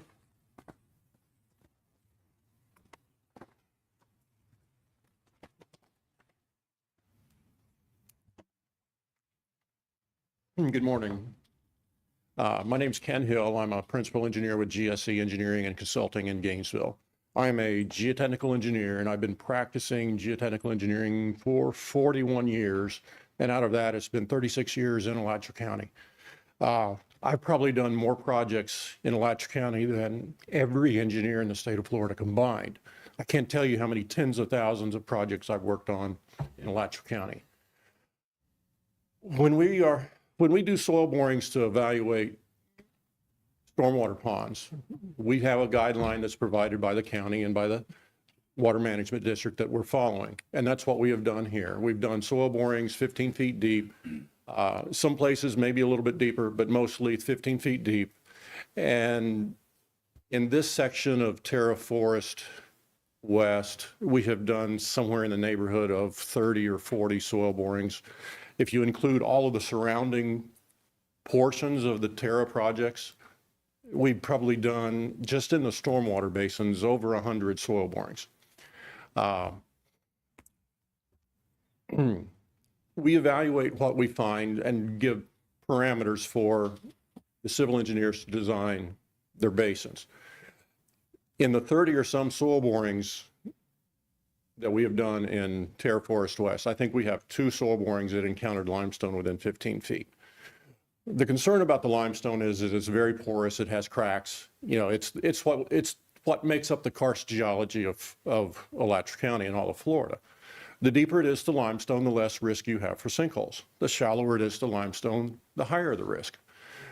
If you do soil borings at High Springs and Newberry in the Jonesville area, you can hit limestone at ground surface. The geology there is part of what we call the coastal lowlands. It's where sea level rises in the past have eroded off all of the soil that used to be there, and it's deposited what little bit of sand is left and a little bit of clay that's on top of the limestone. The big rolling hills on the western part of the county, in the central western part of the county, is what we call the Cody Scarp. It's also referred to as the cross-Florida, cross-county fracture zone, but it's primarily called this Cody Scarp. That's the big rolling hills, and that is an inland seashore is what it actually is. That's where the sea level in the past has eroded off all of the soil and left these rolling hills where it transitions from what was not eroded to what is eroded and now covered with a little bit of sand. This zone, this site falls in that Cody Scarp. You know, everything along I-75, a little bit east I-75 and west, where the big rolling hills are, is the Cody Scarp. You know, as you get further west of I-75 here, you get over to Newberry and you get into the coastal lowlands. The risk for sinkholes is significantly higher in the coastal lowlands than it is in the Cody Scarp. The Cody Scarp has a higher risk for sinkholes than the Northern Highlands. The Northern Highlands is the big flat plateaus that are up at an elevation of 150 feet or higher. This property here has elevations varying from around 40 at the lowest along the Mill Creek to roughly 175 feet on the eastern portion of the development. I mean, there's 130, 140 feet of elevation change on this entire piece of property. On the west, Terra Forest West, there's probably close to 100 feet of elevation change. That elevation of 40 is lower than Newberry. It's lower than High Springs. It's a depressional feature in the geology that has resulted from, in my opinion, collapse of the limestone formation. You know, we talk about the Mill Creek Cave and the sink and so forth. That system is 150 or more feet below land surface, that system of voids and caves in the limestone formation. You know, it's my belief that that system extended to the north in geological past, but that has collapsed millions of years ago, creating this depressional feature, this low spot in Alachua that, you know, that has formed that creek system that comes into the Mill Creek sink. You know, again, we have done soil borings in areas of elevations of around elevation 75 and not found limestone within 15 feet or so. Based on geological maps, you should find limestone sticking out of the ground in the low elevations of this property, but it's not there because This limestone formation, in my opinion, has collapsed from geological time, creating this low spot. And you know, it is a low area that is a natural drainage basin that collects water. But in my opinion, the risk for sinkholes here aren't any higher than anywhere else in the city of Alachua. It's lower than what you would expect for High Springs, Newberry, Jonesville because of the geology. Again, of all the previous development that's occurred at Terra Forest, in Terra Forest East and Terra Baywood, I'm not aware of any sinkholes that are developed anywhere on any of this property. Again, if questions? Any questions? Thank you. Well, the only comment I would make is that in the permitting process, it says there has to be a certain number of feet sediment above limestone in order for it to be a permittable area. I think we saw something of that earlier. What you're verifying to me is that exceeds that. Correct. We commonly do, again, projects that we do in Newberry, Jonesville, High Springs, we commonly hit limestone at land surface, 2 or 3 feet below land surface. And in those situations where you have a stormwater basin, you have to undercut that limestone. You have to replace it with a soil that provides filtration so that the water that enters the limestone, enters the aquifer, is considered treated. That's typically a depth of 3 feet.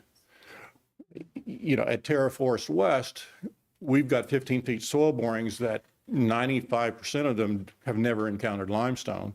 And limestone is probably somewhere on the order of 30 or 40 feet below land surface that provides that separation between surface waters and the limestone formation so that it provides that filtration.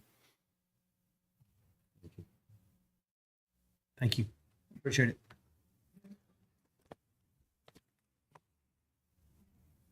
I would call you by name, sir, but I'm afraid I would butcher it so bad it wouldn't even be worth it. I apologize. I apologize. Yes, sir. Yes, sir. My name is Said Mokhtara. I am the developer. And I pretty much feel embarrassed that this is my second time in this August auditorium, and it's me who takes most of your time, so I apologize for this. I would like you to try to understand between the lines of what we're talking about, because the problem is not technical. And I'm not going to name what's the problem because I don't think I should, but I think from what I'm saying, it should be clear to all of you. First of all, the developer by definition stinks. Nobody likes him. Whatever I want to do, I'm always meeting opposition. So, but on top of that, I have a situation where every project I am developing, I've got the same faces following me. I have the same faces objecting to every type, every minimal work that I am doing. It's the same people, the same objections. No, no, no. So whether it's for technical reasons or for political reasons or for God knows what, is always a reason to oppose my projects. To the point where even what we assume are being the professionals of the authority, they pick and choose from the rules what works for me, what should work for me, and what does not apply. It does not apply, but they want to apply it. And I can assure you that we have adhered to every rule and every question and every demand we have had from the permitting authorities. Otherwise, we wouldn't have reached this stage. For example, Mr. Hofstadter is basing his comments on a report that dates from the 70s or the 60s. He picked one item that is correct, and everything else that he picked are incorrect. I don't mean that the report is incorrect. I am saying that he is telling about the report incorrect things, but he's referring to one thing that's correct, and I'll tell you what it is. The scientist went into the cave, got to the water, put a dye in the water, and that water underground flows, which is natural. And that dye appeared few miles down after a certain period of time. That is normal. That is true, and that's what the report says. But the report doesn't say that the water funnels into that sink, because that sink by itself has a rim all around it that is like a volcano. It's tapered up. It's about 20-25 feet higher than the rest of the surrounding land. So before that water overflow into that sink, it has to be like a flood. The ordinary water will go and sit in that wetland and seep through the soil as it has been doing for millions of years. The landowners prior to my acquisition, they have carved 120 acres of this property, put it under conservation exactly for this creek and for the conservation of this creek. And in addition to the conservation area, they put about 200, 300 feet additional kind of special use area so that they will not affect the creek.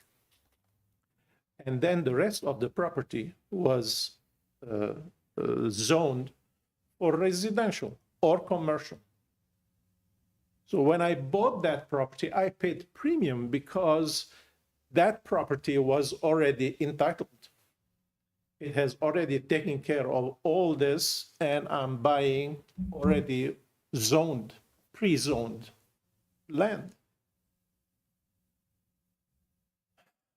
I've been working on this project since 2018. This is 7 years. And trust me, every day I'm spending money on this project. It's because do this report, no. Do this additional report, no. Do this additional report. And of course, as long as it's required by the authority, I'm doing it.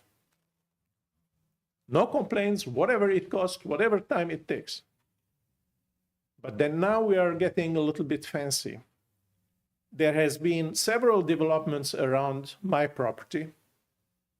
None of them faced the time and the pressure that I am facing and I have been facing all this long. I must be the black swan, and therefore I've got to suffer. I have used the best of the consultants. They are all state licensed. Nobody was licensed by the city of Alachua itself. So, you know, I have no reason to doubt the integrity and the knowledge of all my consultants. To the point where Mr. Stuxter comes here and states that there is a sinkhole, a new sinkhole in my project, which is not true. My engineer just confirmed that it's not true. So I wouldn't say why all of this, but I want you to understand that it has nothing to do with technicalities. We have done all the work that we are supposed to do. I thank you all very much. Thank you. That concludes our public comment, period. Would you read the recommendation one more time, please? The district recommends approval of environmental resource permit application number ERP-001-209-338-9 with 19 individual permit general conditions and 5 special conditions to Terra Forest LLC in Alachua County. Chair, I make that motion. Okay. Based on staff's recommendation and the fact that it meets all of our current rule book conditions and stipulations. I'll second that, and I agree. I think you've got the soil borings per our rule. Our staff's done a great job with this project and this permit. And if there needs to be rule changes, then I think those need to be addressed up front before we get this far along into a permitting process. Any other comments? All in favor, say aye. Aye. Any opposed, like sign? Permit, or the motion passes. What we're gonna do is we have, Leroy gonna come up and do the next few things, but if you don't mind, can we take a 10-minute break? Leroy, would that be okay with you? All right, let's, we'll be back at 10:50. We'll take a break.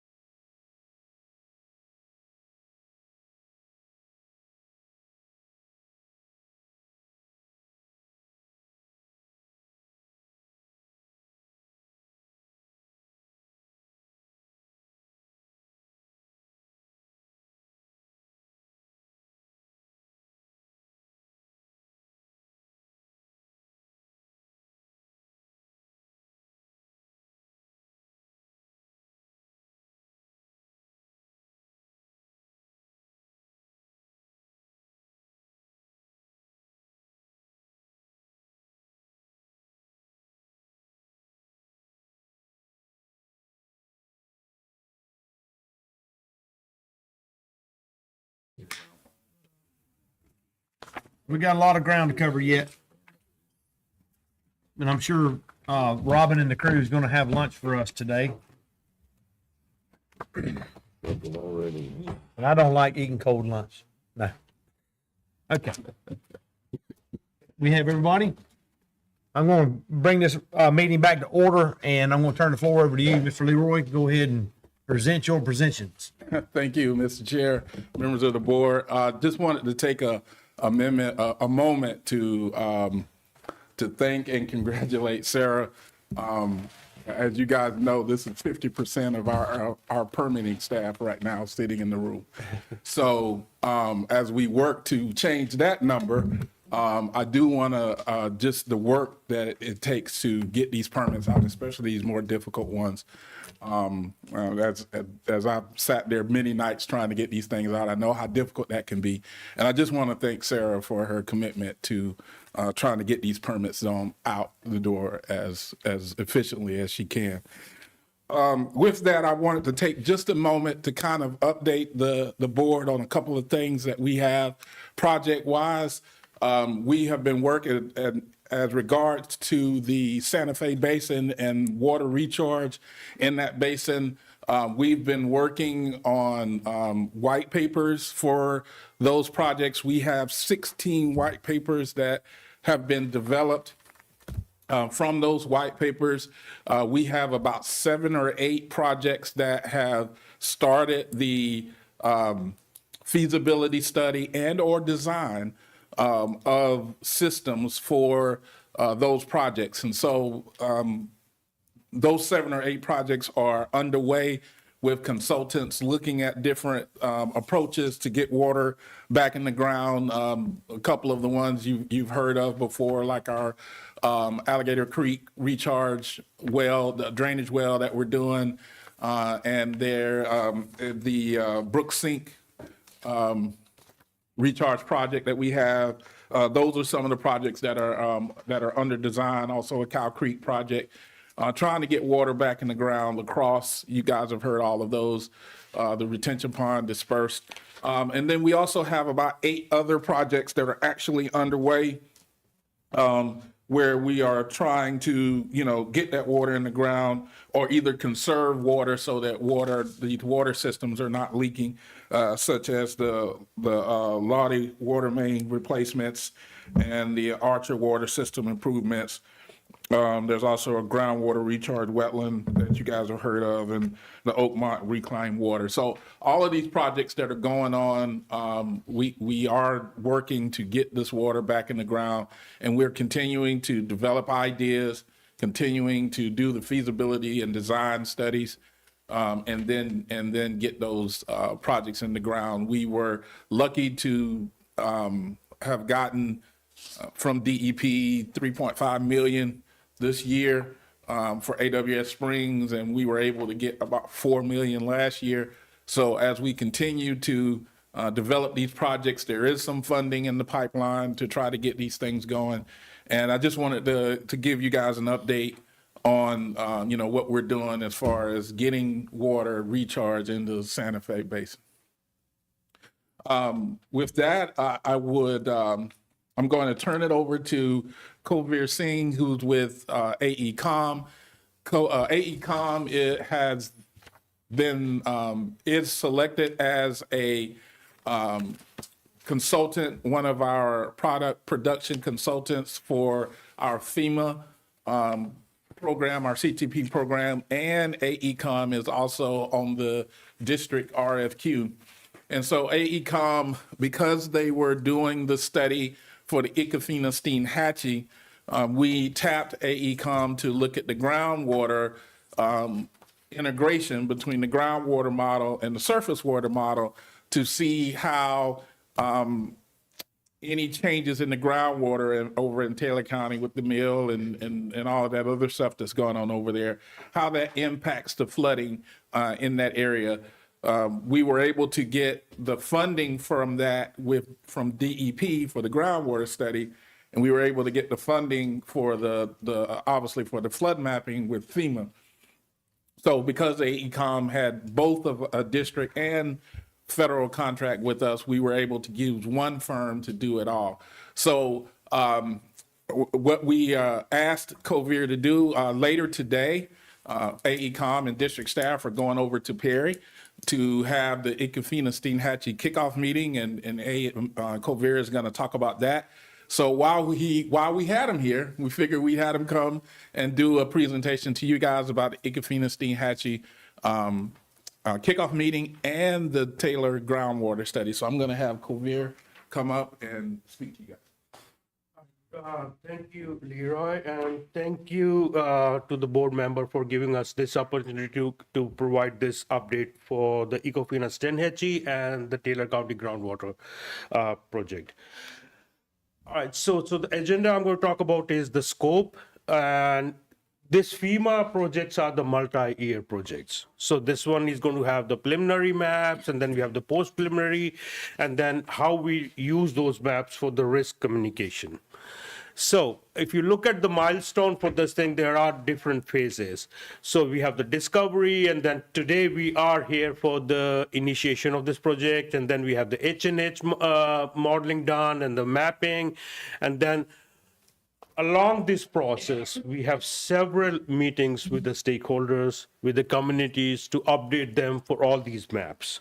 So once we reach to the, what we call is the flood risk review meeting, and then we have, all these are like a standard steps for the FEMA meetings.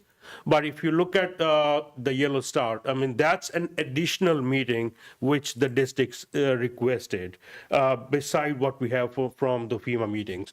So we have these public outreach meetings before we issue the maps, and also these are the tentative timeline. I mean, discovery was done in 2021, and today we are here for the initiation of the project, just like a kickoff meeting. But having said this thing, we already have started the survey work.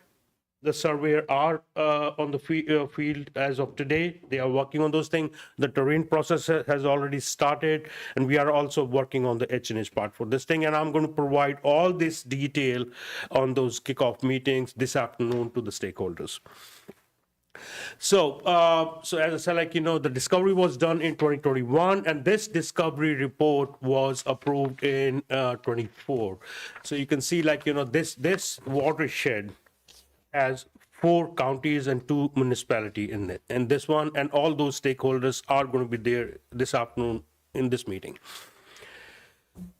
So just to give you a brief breakdown, so what you see here in the red, that's what we call the detailed study. And these 2 streams are in the city of Perry.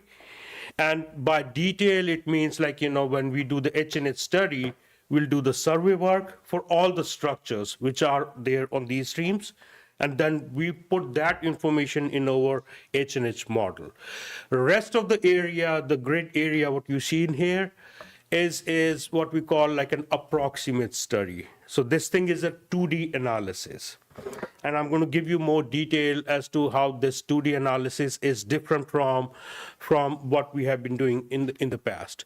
So before I get into the more detail for H&H, all these marking you see here in the yellow, those are the structures we are surveying.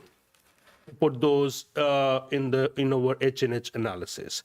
By structure, it means it could be the culverts, it could be the bridges, dams, anything. What's there on these streams. Okay, so here you see, like, you know, these are the 2 different watersheds. So what you see here on your left, that's how we do the like 1D analysis. These markings on the red, these are the cross sections. What we do, so those are going to be the survey cross sections, or we draw these cross sections based on the LiDAR information what we have. This is what we call 1D analysis. And this one is different from the 2D, because 2D analysis is not just these streams, but we do the analysis for the whole watershed. And those watershed, we can, you know, do those grid analysis anywhere from 2000 by 2000 grids to, you know, maybe 50 by 50 grid. So the way it differs is when we do the 1D analysis, that's going to give us how far the flooding goes on these channels. Whereas when we do this 2D analysis, that takes into account the streams and the rainfall events, and not just confined to the area around the creek. It's going to tell us the flooding in the whole watershed. So the good thing is, let's say if there is a community growth projects going along the creek, right? So yes, we can get the flooding around, like, what's going to be the flooding in that area. Whereas when we do the same analysis in the 2D one for the community growth, we can mark out this area and get the flooding impact for the whole area, not just around the creek. Anywhere in the watershed, we can get what the flooding depth is going to be. Same thing, if we want to get what the BFE elevation is in 1D analysis, it's just going to be limited to one area, whereas if we need to look at the flooding curve, the 2D one, it's going to give us a more detailed in-depth for those flooding. So that's what we are using in this watershed is this 2D analysis. So also, now this watershed has an impact from the coastal flooding also. Although we are not doing any coastal study right now, but we are doing the riverine, but there has been a coastal study done. So we'll take those numbers, right, and then going to combine those with our riverine analysis. So the final mapping, what we have is what we call combined probability analysis. So it's going to show us the impact from the coastal and the riverine for those mapping. All right, so the next step, once we are done with the HNH, then we will have these preliminary maps. So by preliminaries means those are not final, but we'll show those out to the stakeholders. They will review it, and this is just one of the example how those preliminary maps are going to look. What you see here in the red hatching is what we call the floodways, and in the blue one is if there is any. We'll do the comparison with the old maps and what we have in the new maps. New maps is going to use the latest of the LiDAR, the topo, and all those information. So we'll do those comparison and we'll show the stakeholders where the flooding has increased, where the flooding has decreased, based on these new maps. Once, we have these comments period, they do the analysis for these maps and everything. So that's what we call the post preliminary, and that's just a couple of steps. So we have the preliminary phase, then we do the education and the outreach, and then we even give a 90-day appeal and the comments period. So we'll hand over all our HNH data, the mapping data, to the community, to the public, and they can do the analysis for our what we have done. In case, let's say, if they find anything wrong with our maps, they can provide us this information. We'll take a look at those things, and then we'll respond accordingly if anything needs to be changed. So that's what we call, appeal and the appeal process. So then, once those maps are final, we'll hand those maps back to the community, and they have the compliance period, and then it's an effective map. So as I said, in the beginning, it's a multi-year process. It takes time. So anywhere from 3 to 5 years, depending upon, if there is any appeal or those things, and that's going to slow down the process. So we are working this thing in coordination with all the guidance from FEMA, all the guidance from the district. So these are the contact information from the FEMA and the district. So Leroy and Mary are going to be the PMs for this FEMA study, and that's my information. And today also I have Jessica. She's going to be our GIS manager onto this project. So as Leroy mentioned in the beginning, so this project is also we are going to be using this FEMA study of all the surface water information into the groundwater study, what we are working in the Taylor County. So just a brief update as to where we are on the Taylor County project. So again, so when we were developing this approach, so thank you, Amy, for all the guidance. Thank you for your team in providing all the guidance in developing the approach.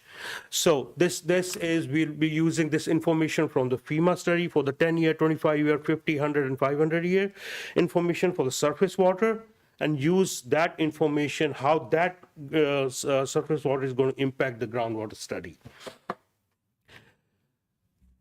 This is going to be like, several iteration would be done between the surface water and the groundwater. Now, in surface water, we are using the HEC-RAS model. Groundwater is a mod flow model, which the district already has. But that model is a pretty vast model. It goes all the way till the Georgia and then south of Florida. Now, for the Taylor County, we will extract out just a portion what we need for this HUC basin. That's we call HUC 8. That's impacting the Taylor County. And then we are, right now, as of today, we are refining that model. The original model, huge grid cell sizes. But we are just concerned with the Taylor County, so we are refining those mesh cells. But on April, we provided you the information. So we extracted just the portion for this HUC 8 basin, and then we defined the domains. We incorporated all the surface water, and then all the refinement from the GIS, adjusted and refined the grid space cell sizes, and then set up a boundary conditions for those things. As of today, we are reviewing and evaluating the available surface water features, including stream beds, conductivity, and the depths, and reviewing and evaluating the regional, what we call potentiometric maps right now, and then transfer all the hydraulics property to this HUC 8. Now, the way it's connected with the FEMA study is, and Lero has asked me to provide you an update with some timeline. So we are right now working on the HEC-RAS model on the FEMA study, and that's going to be, so the draft number in that HEC-RAS model is going to be sometime by November or December. So once we have those numbers, so then we'll put those in our groundwater model. And so the groundwater model analysis would be done sometime in January or February of next year. So we'll have the draft number during that time. And then several reviews would be done for those, and we get the comments back, and then we'll make changes according to those. So that's just the draft timeline, what we're looking for the groundwater model analysis. Sometime in January and February, we can provide Amy and her team back the model and say like, okay, so here's the number, please review, provide us the comments, and we'll make changes to those things. And that's the end of my presentation. So any questions?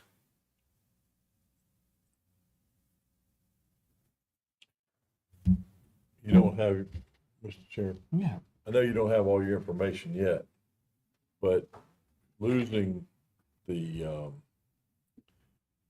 mill over there in Perry, we knew they took somewhere around 30 million gallons a day out of the ground. So we knew it was going to be some kind of an effect. And I know people that's over closer to Lafayette County that's starting to see water come up through the bays and all. It's affecting some of the farmers over there. It's just driving the hogs through their properties, and they're having to kill more hogs to save their crops. So it's just interesting to me that we're doing this. I mean, I don't know who asked you to do it, but it's. Yes. So yes, I mean, you're absolutely right. So that was somewhere around like 40 million gallon. Now that's like everything stopped. So it's going to, those corner preparation is going to come up. I did some calculations. To me, it's like they get a half inch of rain every day, whether they get rain or not, because they're not taking it out of the ground. Right. So. All right. Thank you again, board members, for giving us this opportunity for the updates. Board, that concludes the update that I had for you. As we said, Kovir, Mary, myself, and Jessica, we're getting ready to head out to Perry to make sure that we're over there in enough time to start that next meeting at 2:00 in Perry. Where's it at? It's at the county complex. County complex over there in the city of Perry. Okay. Well, y'all be good. Now, I know some folks over there, so if y'all get in trouble, let me know. I'll get y'all bail money. Yes, sir. Yeah. Mr. Chairman, members of the board, thank you for letting us take up the majority of this morning's meeting. I do want to say I appreciate the confidence that you place in our staff, and just commend Sarah for the way that she handled this situation last meeting and this meeting. Those difficult permits are going to come before you, so I appreciate y'all listening to the concerns as well. Thank you.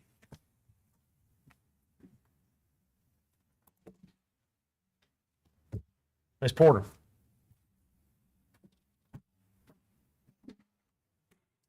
Good morning, Mr. Chair, members of the board. We have 5 items for you today in the Division of Outreach and Operations. Items number 25, 27, and 29 are for informational purposes. Item number 26 will be kicked off by Troy and then presented in cooperation with one of our partners. And then I will be presenting item number 28. Good morning, Mr. Chair, members of the board. See y'all again. I'm not usually one to stand up here and talk about grants too much, but the Office of Communications and Outreach oversees one grant that I would like to highlight today. This is the Educational Water Resource Funding Program, which invites schools, educational organizations, and community groups within the district to complete projects that highlight one of the district's core missions. In the past, we've worked with elementary and high schools and other groups to do projects such as rain barrels, drip irrigation systems, Florida-friendly landscaping, and other types of projects like that. What we ask is that these projects have an educational component. The project that I want to highlight today does just that. It better helps farmers and producers understand the tools and technology and methods afforded to them for improved efficiency. So with all that said, I'd like to introduce Mark Warren with UF-IFAS of Levy County, who is going to speak to you about a project the district is funding through this grant program. So, thanks, Troy. And thank you, board, for the opportunity to present this and the grant to actually be able to go out and do this project. I am excited about it. We're actually in our second year. The project I still consider to be underway. I'm not going to be real heavy in data or technical stuff, just kind of give you the concept. We are learning some stuff and I'm starting to share it a little bit, and I think we're already starting to see a little bit of impact resulting from it. Mr. Thomas encouraged me to submit this when I presented the idea to him. But this all kind of started a few years ago, and I'll start with this just because so often we operate by assumptions that we believe to be true, and until somebody comes along and starts questioning it a little bit, we keep making maybe possibly the same mistakes over and over. So for the past 30 years, and by the way, I'm going to be focusing on watermelon production, and in the Swanee Valley, we estimate there's about 10,000 acres of watermelons, all produced similarly under drip irrigation, injected fertilizer into these systems. And so for the past 30 years, we've been kind of operating this way.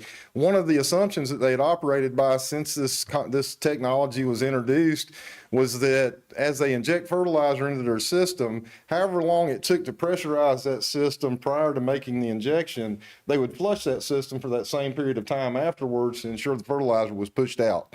And that was just an assumption that we operated by that nobody had ever really tested or questioned.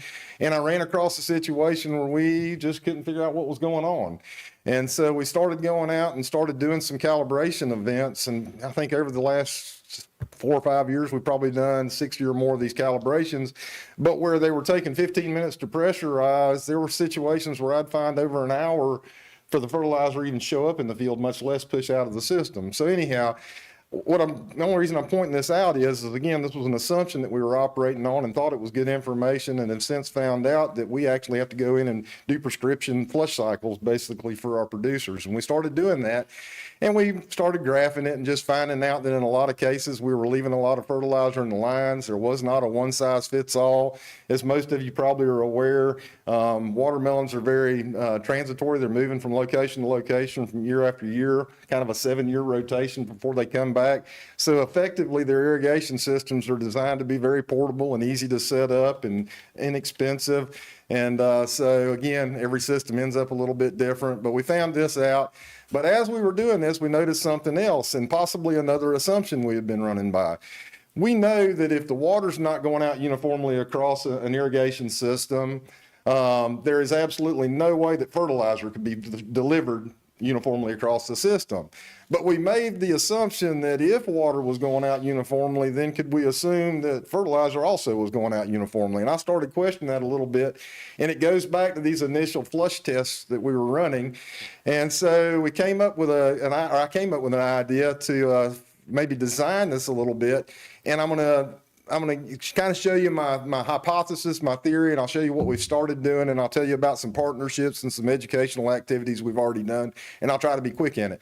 So anyway, this is just an example, and just a field we kind of set up, well over in one corner of it, a mainline distribution system that has a couple of lateral drops on it. And this is a common system. I mean, of the fields I go to, probably 50% of them are set up this way. And so my question is we're injecting this big heavy slug of fertilizer back at the well point somewhere, and that big, let's see how my cartoons come up here. I'm not making some assumptions here. Field's flat. All right, bear with me. Here we go. So we make an injection and we inject 150 gallons of fertilizer into this system in a big slug. And that slug starts moving down the line and it gets to this first drop, and we don't know what's happening there. But what I started thinking was happening is that maybe we're dropping off 50 units out of this 150 on each side, with the balance traveling on down, and we end up with a smaller amount getting to these farther reaches of this system.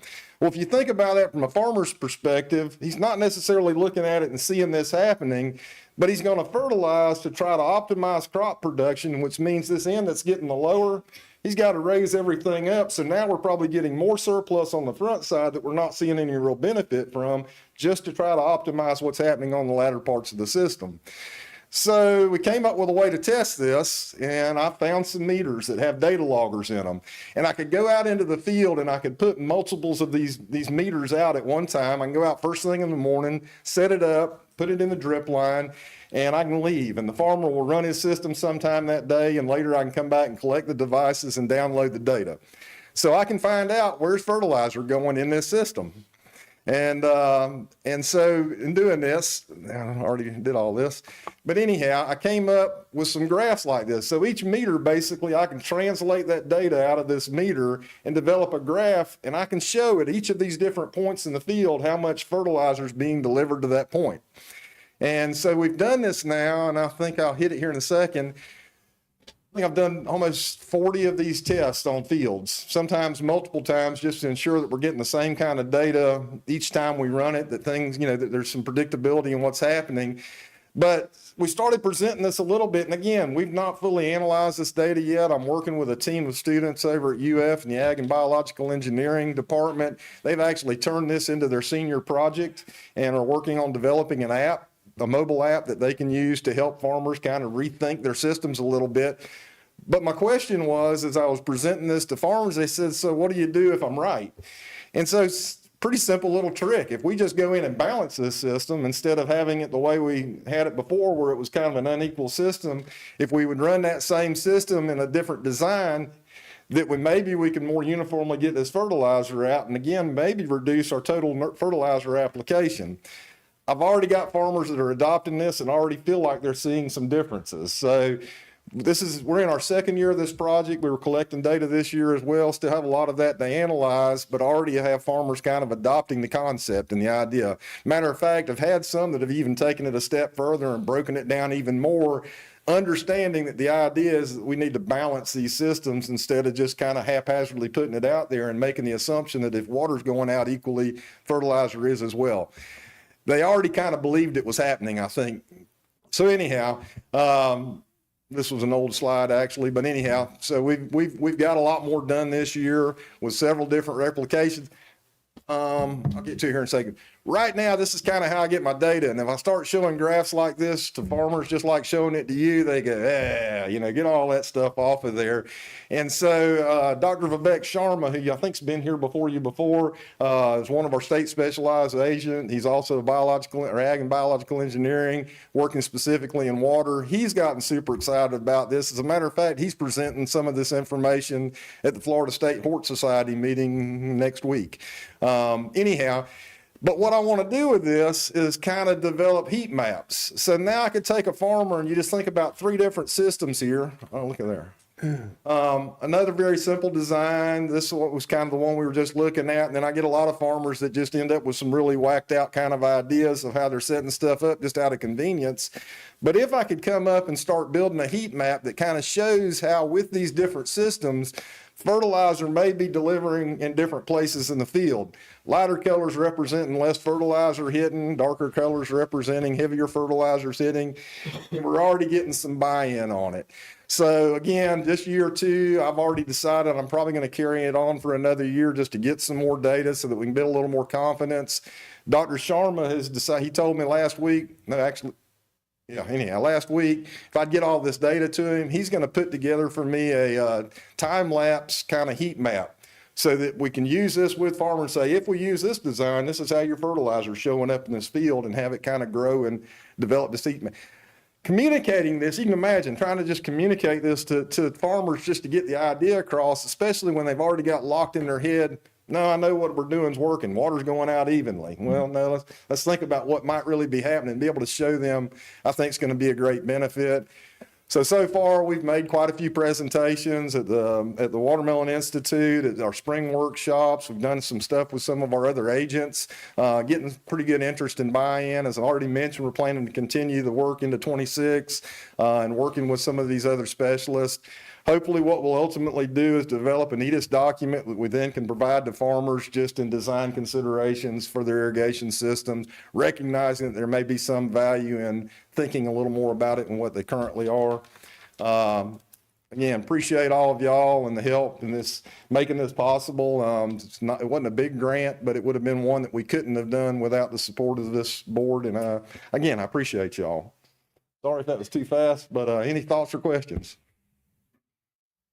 I'm just curious. That's right. On drip irrigation, I understand the concept behind the fertilizer because the fertilizer is injected in one spot and it's got to get all the way to the other end. But the actual water itself, if the system, once the system's pressurized, is the entire field getting the same amount of water? Great question, and there's a lot of variables to come and play at that, from the irrigation design to the topography of the field. Even with pressure compensating tape, which most of our guys are using now, especially if they have topography, no sir, it's not going out absolutely uniformly. If we had a tabletop flat field and the system was balanced out and designed perfectly, then we probably could ensure, within margins of percentages maybe, that it would be accurate. But no, I mean, the best we have, we're not hitting perfect uniform distribution. Well, I just remember on the IFAS tour that we took a couple of months ago, they had a project out there where they were showing the dye in the ground as far as, how much water it took to get the nutrient down to a certain level. Well, in many cases, it's going past the root. That's right. So that's wasted nutrient and more nitrate going in the ground. The blue dye don't lie, right? Wasn't that the slogan? That's what I said. No, and that's exactly why we started doing this, because if we weren't flushing enough, we weren't even getting the fertilizer out there. We were leaving it in the pipeline, which then there's no idea of where it might come out. Or if they were running too long, then exactly what you're saying, they're washing it out of the root zone before the plant ever even has the opportunity to see and use it. Good. Mr. Chair, can I? Yes, sir. And we can talk about this offline if you want to, Mark, but the systems themselves, the drip systems in the field, are those generally designed by the drip tape manufacturers? No, sir. I mean, that service is offered. A lot of farmers have used them at some point along the way to kind of help them design what their basic system is. But then as we change field to field, we're not necessarily going back and re-engineering those each year. There are a few farmers that utilize that, and it's a free service. But I think that this brings some attention to the need for that, and hopefully will encourage more of them to utilize that. So, no, good question. Any other questions? Thank you. I appreciate you. Thank you. Ms. Caitlin? All right. The next item we have for you is on OPS page 7, item number 28. And this is the resolution 2025-05, the sale of Santa Fe Spring lots to Alan Kurt Ardeman and Karen Burns Ardeman in Suwannee County. So you may recall that back in January, we brought before you several lots, actually 5 of the District Santa Fe Springs tract in Suwannee County to request that those be authorized as surplus, which you did. And at that time, the board authorized negotiations for an adjacency sale to Alan and Karen Ardeman for lots number 16, 18, and 19, of which they are adjacent to all 3 of those.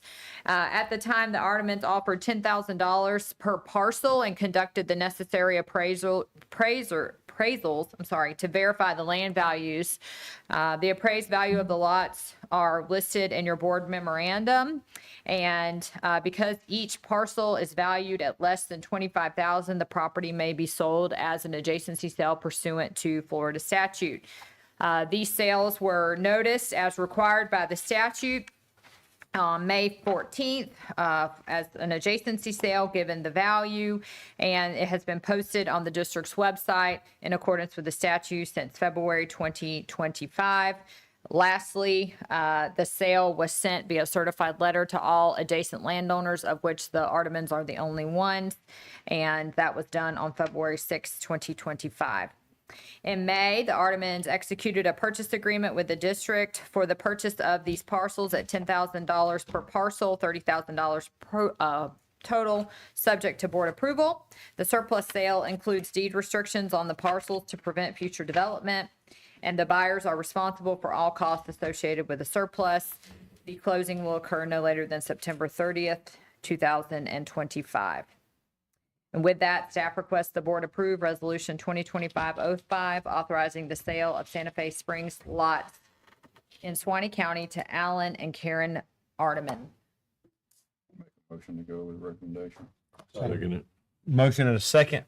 Any other discussion on the matter? I'd only comment that if we could find other lands such as this, that the owners are willing to take it with a conservation easement, we should sell it. Yes, sir. Absolutely, 100%. We have about 800 acres that we 800 acres, okay. of little lots like these. Little lots like that. Yes, sir. Wow. Bought That's amazing. It is. 103 transactions across 815 acres. The average lot size is 3.99 acres. We bought them all within a 6-year period for $2.1 million. Did any of the other landowners around the 800 acres or throughout the whole process contact us like the Ardemans have? Yes, sir. We have another, we're currently getting ready to start noticing on another project that y'all approved, I think in January, February, for the Turkey Island lot down in Levy County. It's a little isolated 0.39 acre lot. An adjacent landowner requested it. And we've got 2 more in the hopper right now where we've got requested purchase of surplus. Don't move super fast because they're small, but we're trying to get them back on the tax rolls with those deed restrictions so that they meet the original intent, should the board approve it. Excellent. Thank you. So we have a motion and a second. Any more discussion? All in favor, say aye. Aye. Any opposed, like sign? Thank you, Caitlin. That concludes our items. Thank you very much. Excellent. Dr. Brown. So what now? Shallow wells underneath it. Good morning, Mr. Chair. It's been a long time since you've addressed this board with some really important things. You know, most of the months we've been passing you over, and I'm glad you're here. Glad to be here too, Mr. I can, it's written all over your face, Dr. Brown. This is a mask. So good morning, Mr. Chair, members of the board. Before I get started on a brief update, I'm excited to say that we have a new employee, and then I'll have Ms. Emily Ducker come up to introduce one of the other interns that the district has this summer. So I'd like to introduce Dr. Jeffrey King. He joined the district last month. He is a senior MFL engineering scientist. He will be in Sean's office, where they're going to be working on minimum flows and groundwater modeling. Jeffrey's background includes characterizing, analyzing, and modeling watersheds, lakes, wetlands, floodplains, rivers, springs, and aquifers. We're really glad to have him here. He has over 25 years of professional experience, including 9 years as a research hydrologist with the U.S. Geological Survey, as well as 14 years in private consulting and 4 years as a graduate fellow with the University of Florida. He has a bachelor's degree from the University of Florida, a master's degree from the University of California at Berkeley, and then a PhD in coastal and oceanographic engineering, also at the University of Florida. He is a longtime Florida resident, and we're really excited to have him here. Welcome. Congratulations. Glad you're here. And I'll have Emily come up and introduce our intern. Good morning. Morning. I'm very excited to announce or introduce our intern, Amelia. She'll be working with the Office of Water Supply. She is the Nature Coast Biological Station intern for the summer, and she came to us from the University of Florida.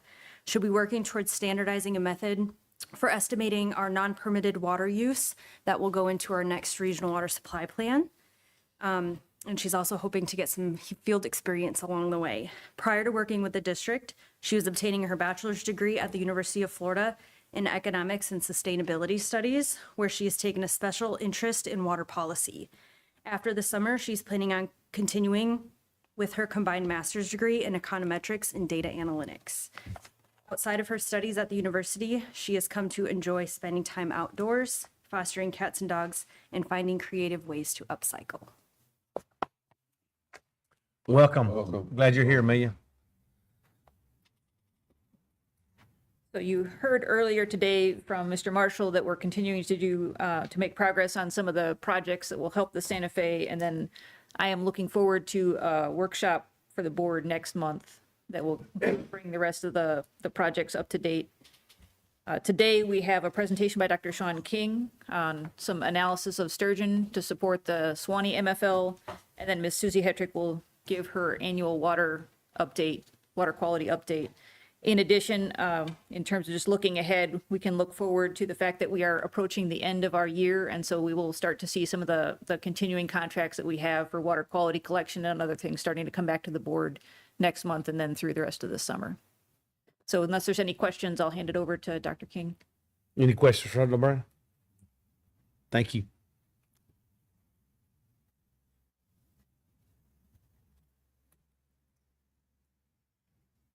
All right, Mr. Chair, members of the board, good morning.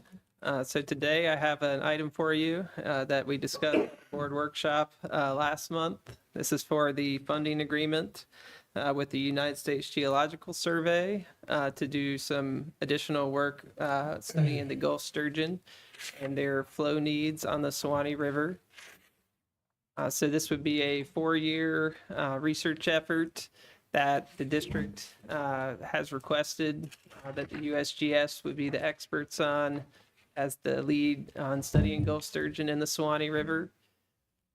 We've been working with these researchers. They're out of the Wetland and Aquatic Research Center in Gainesville. And they are the ones that have been collecting that acoustic telemetry data where they've tagged the sturgeon and tracked their movements along the river. And we've been able to use that data to help set the minimum flow levels for these Suwannee River MFLs. And we have looked at several other things. It is the sturgeon passage that keeps coming up. It's kind of the limiting factor in terms of the amount of water needed for them to pass over the shoals to get to their spawning areas in the river. And, you know, through that work, we have identified some areas where we could basically do some additional research to increase our confidence in these minimum flow requirements. And that would be this 4-year study that's laid out here. There's 3 tasks associated with that. Again, these came up at the board workshop, but I'll summarize those now. The first task would be this targeted acoustic telemetry study. This would essentially focus on tagging more of these larger female sturgeon and placing the acoustic receivers right at some of those limiting shoals so that we can really look at the critical flows at those particular areas. The second task would be the juvenile fish mark recapture effort. That would be a 3-year field effort to actually go out and capture the juvenile sturgeon for both those fall and spring spawning groups.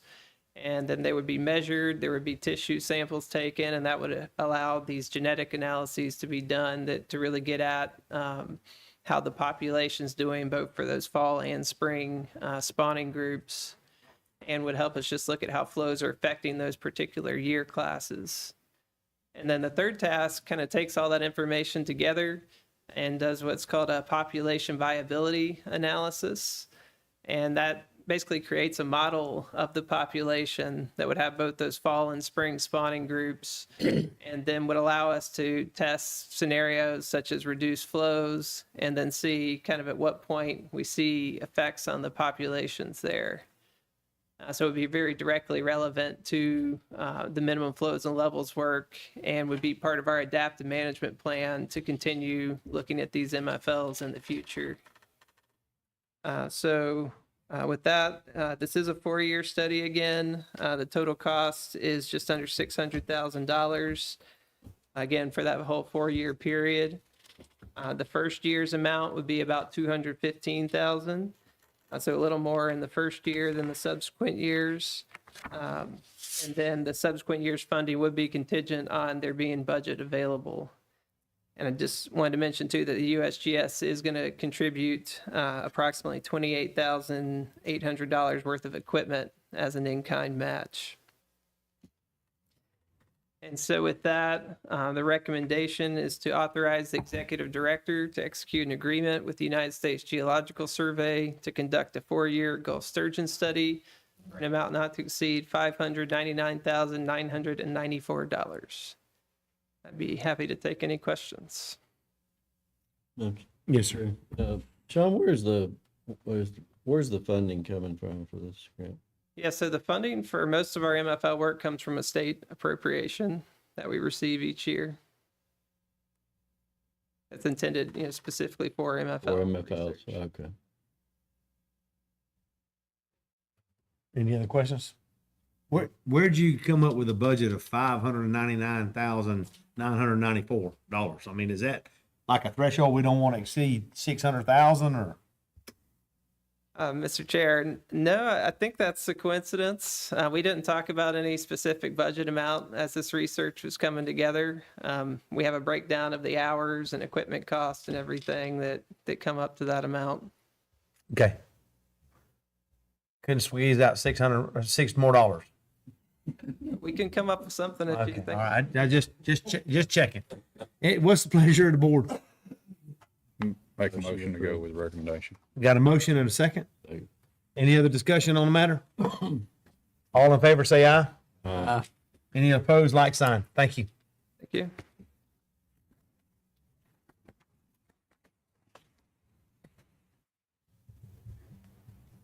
Good morning, Jill, Mr. Chair, members of the board. I was wondering if I was going to come up in the morning or afternoon. Okay, today for agenda item 32, I have for you our 2024 water quality monitoring and data collection update. I'll start with a brief overview of our monitoring network and then present some of the data we collected in 2024. That, by the way, is Manatee Springs. As the board knows, the district's work involves 4 core focus areas: water supply, water quality, natural systems, and flood protection. And it's in support of our water quality focus area that the Office of Water Resources manages a water quality monitoring network to help us identify current water quality status and long-term trends within the district. The district began collecting water quality data in the 1970s. This graph shows the number of yearly sample events in green and the number of monitoring stations in yellow.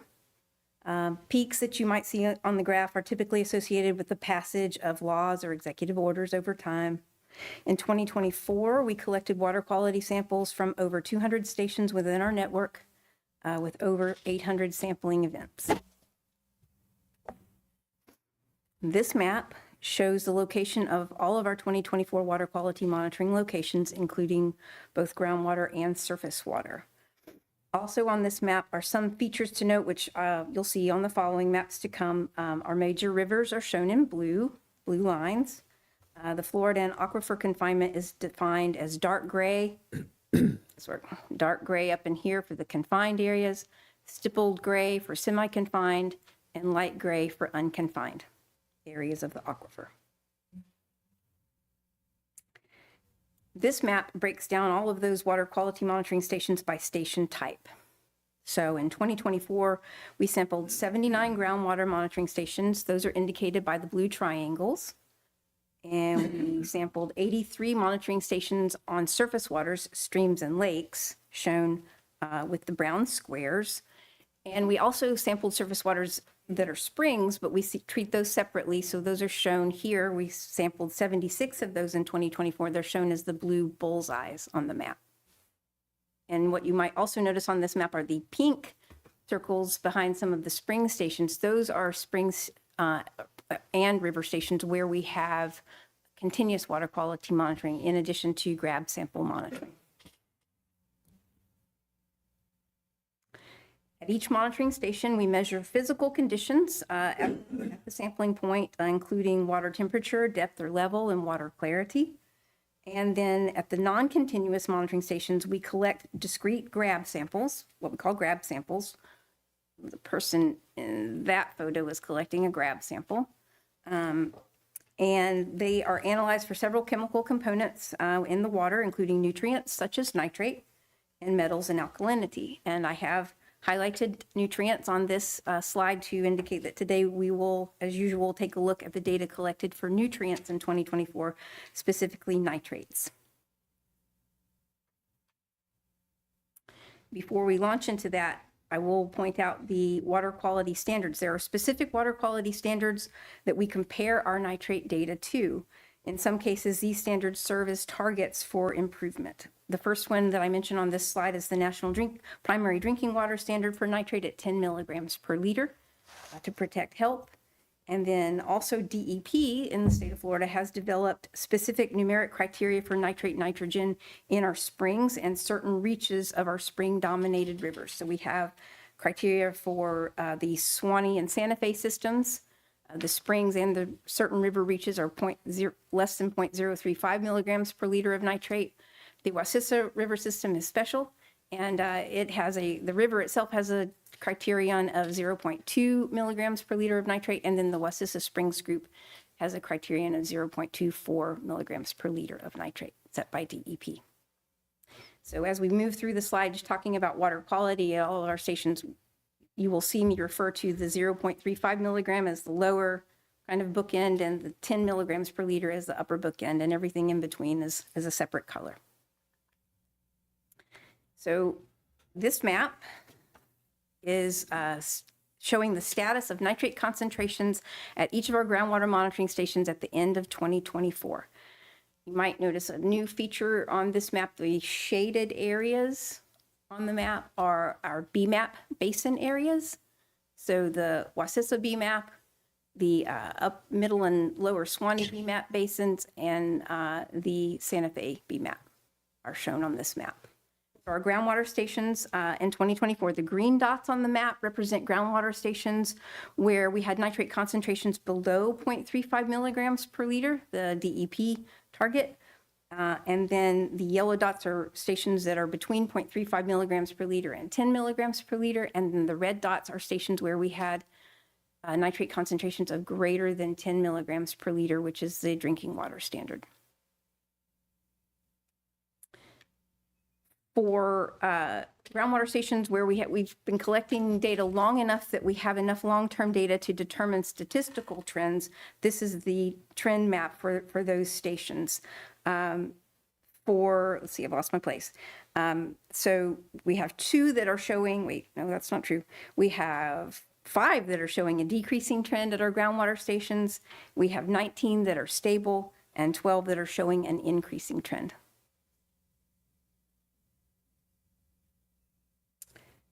So similar to groundwater, this map shows nitrate concentrations at our stream, specifically stream monitoring stations, excluding lakes, in 2024. And an additional feature on this map that you might notice is the highlighted reaches of the river. So I referred to that back in the slide where we talked about the standards. DEP has established nutrient criteria for these river reaches, and so I've highlighted those in light blue. It's kind of hard to see on the blue background, but the stretch of the Suwannee below the Withlacoochee, the Santa Fe below the Rise, and then all of the Wassissa have nutrient criteria established on them. Okay, so again, like with the groundwater map, the stations showing green on this map have nitrate concentrations of less than 0.35 milligrams per liter. And then the yellow ones have nitrate concentrations of between 0.35 and 10 milligrams per liter. And they do run the gamut between those figures. Similarly, for stations where we've been collecting data long enough to have statistical trends, these are the trends that you will see for our surface water or stream monitoring stations. We have, in this case, 2 that are showing a decreasing trend. That's at the Steinhatchee River mouth and the Swanee River up around Swanee Springs. We have 20 that are currently stable, and we have 4 that are showing an increasing trend. Swanee River at Fowler's Bluff, East Pass and Alligator Pass, and Waukesasa River at Gulf Hammock.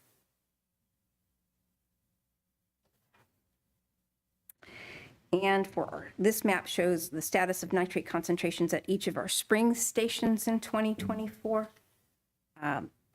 The nutrient criteria for all of the springs in the Swanee and Santa Fe rivers is 0.35 milligrams per liter. Again, the green ones are less than that criteria. The yellow ones are above that criteria, and the red one is above 10 milligrams per liter. And for the springs where we have enough data, we've been collecting data a long time at a lot of our springs. So we do have a lot of springs where we can show statistical trends. We showed 3 of them are currently decreasing. That's Swanee Spring, Ruth Spring, and Branford Spring. And we have 19 that are currently stable, and 18 of our springs are increasing in nitrate concentration. So to summarize, we have, in 2024, we sampled 79 groundwater stations. 2 of those exceed the 10 milligrams per liter of nitrate established by EPA's drinking water standard. We sampled 69 stream stations, and 13 of those within spring-dominated river reaches exceed their 0.35 milligrams per liter of nitrate. We sampled 76 spring stations. 14 of those are currently below 0.35 milligrams per liter of nitrate, and 1 of them currently exceeds 10 milligrams per liter of nitrate. All of the data that we collect can be found at the district's website, myswaneeriver.com, by clicking on the Science and Data tab at the top of our webpage. That'll take you to the Science and Data page. Then if you follow the Water Data Portal link, that'll take you to Water Data Portal page. And then if you follow the Water Quality Portal link, that'll take you to our interactive water quality map. This is available to everybody online. And each of the water drops on the map represent a water quality monitoring station. Over here on the right-hand menu, you can toggle between surface water and groundwater stations. And when you activate a station, what you'll see is a pop-up window for that station. And you're given first of all, you see a graph that's just for nitrates that produces for every one of them now. You're given an option to download grab sample data, or if the site does have continuous data, you'll be given that option as well.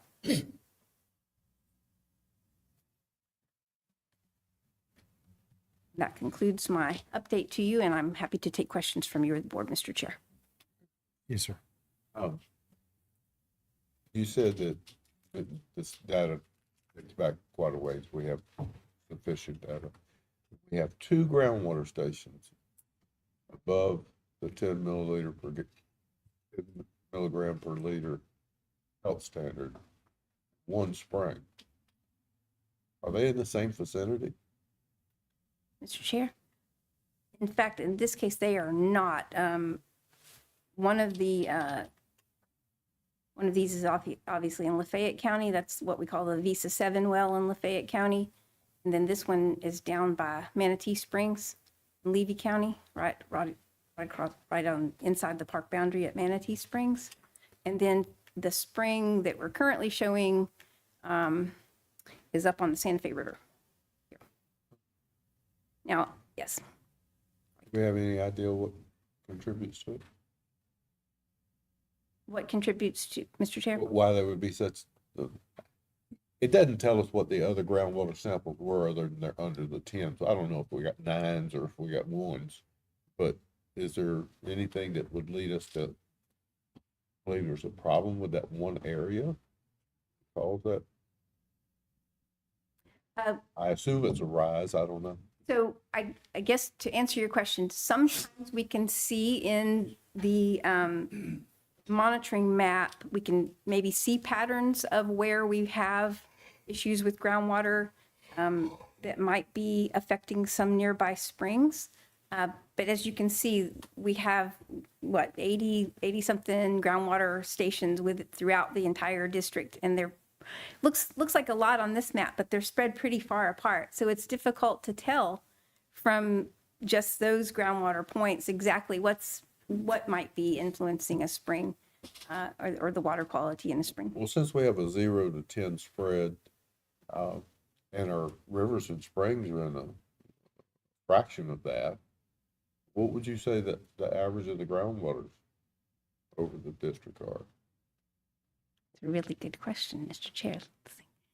We have a whole bunch of 9s, and we got some 1s. I mean, where are we at? It's a good question. And I haven't thought of it as a groundwater average, sort of like Robbie looks at for groundwater percentiles. It's not something that I've thought of. And I think because they are so spatially diverse and everything that's happening on the surface, and like the gentlemen who were here before talking to us about everything that's happening between the surface and where the water is, I think it would be really difficult to say what an average is. Now, I can come back with a map that shows what the value is for each of those stations. It gets a little busy, but we can make that happen. I do have, I think in my bonus slides, a map of not groundwater, but surface water. The springs. Now, this was to answer, these are our OFS springs that show kind of what those actual values are.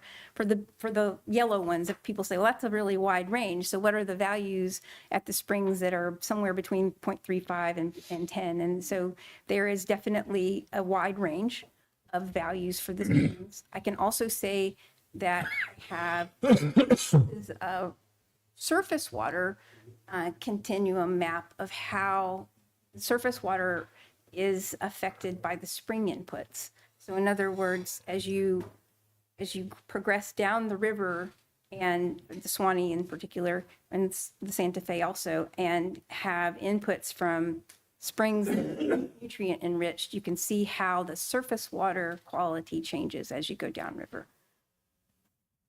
That helps at all. So, Well, I mean, it's strange when you see these really low numbers on surface water. And I'm having to kind of guess what the groundwater is, but you would expect it to be very low if the surface waters are low. I mean, how do they relate? We have 2 that are above on groundwater, so you have to know what the rest of the wells were. How do they relate to the surface water? well, Mr. Chair, I think how they relate to the surface water depends on what the connectivity is to the spring vents. In some cases, what we know we have limited knowledge of dye trace studies and things like that establish direct connectivity from what's happening on a given land surface within a huge basin coming out at a particular spring vent. And so I think in some cases, the wells might be fairly representative of what you're seeing at the spring vent. So for instance, at Fanning Springs, we see that we have a nitrate concentration of around 7 milligrams per liter. Same thing at Little Fanning Spring, nitrate concentrations of around 7 milligrams per liter. Well, we have 2 wells in Fanning Springs State Park, and one of them, I think, has around just shy of 7 milligrams per liter nitrate concentration, and one of them has around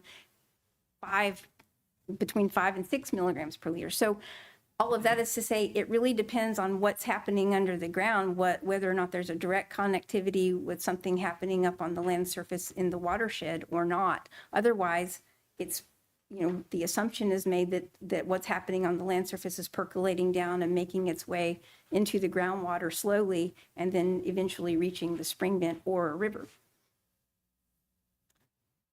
So it's, as far as offering you a better picture of what's happening in the groundwater, we can certainly come back with more numbers that show you. One more question. That looks like.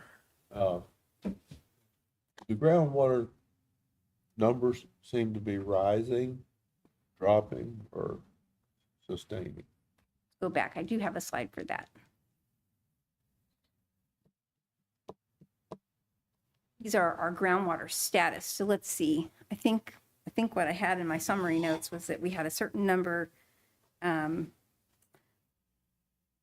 have 19 that are stable, 5 that are showing a decreasing trend, and 12 that are showing an increasing trend. And the longer we monitor some of those stations, we'll have more come on that have statistical trends that'll give us a clearer picture. But most of them are currently stable. Interesting. So could there be a correlation of more people moving in, putting in septics where they're increasing? Mr. Chair, there could definitely be a correlation. And I will say that the DEP BMAPs, the documents that support the BMAPs actually go to great lengths to allocate where the different sources of nitrogen are coming from in each of those BMAP basins. And so certainly it has been shown that septic tanks do contribute.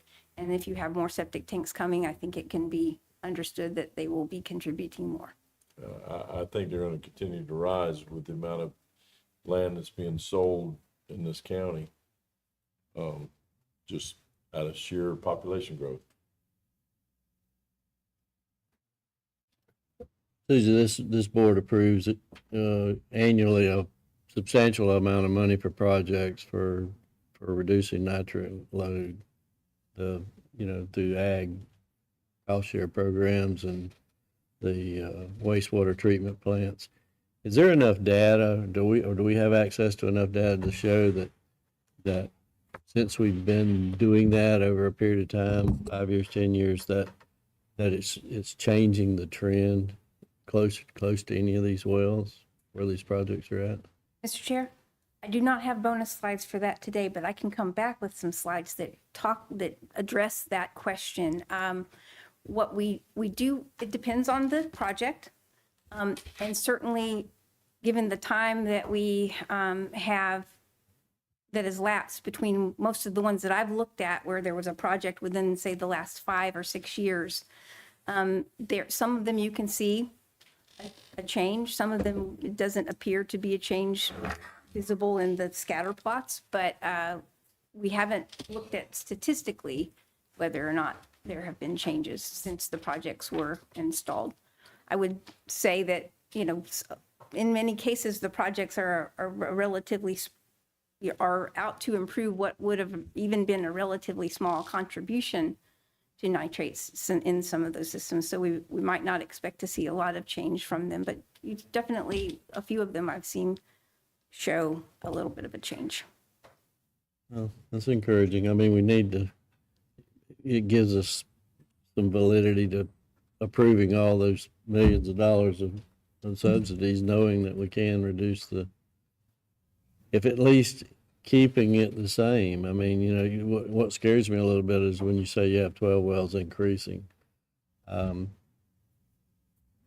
Is it, minor to Charlie's point? Is the scale, is it going way up? And if so, is there a reason for it? I think it's probably what I would be looking for. Sure. Would it be all right or feasible for us to include this data in our water resource workshop when we do that? A little more detail? Could that be brought in when, is it going to be the next meeting? Is that when we're going to do the workshop?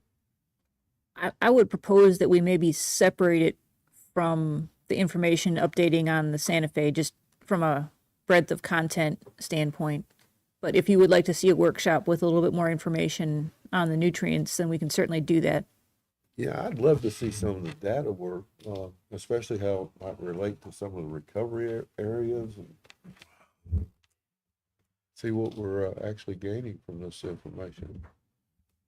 Mr. Chair, if I may, Mr. Charles, to that point, and I think Amy makes a good point, the workshop item that was scheduled for today that has been postponed now, that was actually related to the water supply side with our projects. And then certainly what Susie has presented is on our water quality side.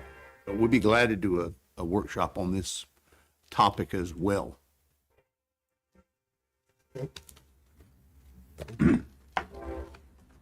all Thank you. water.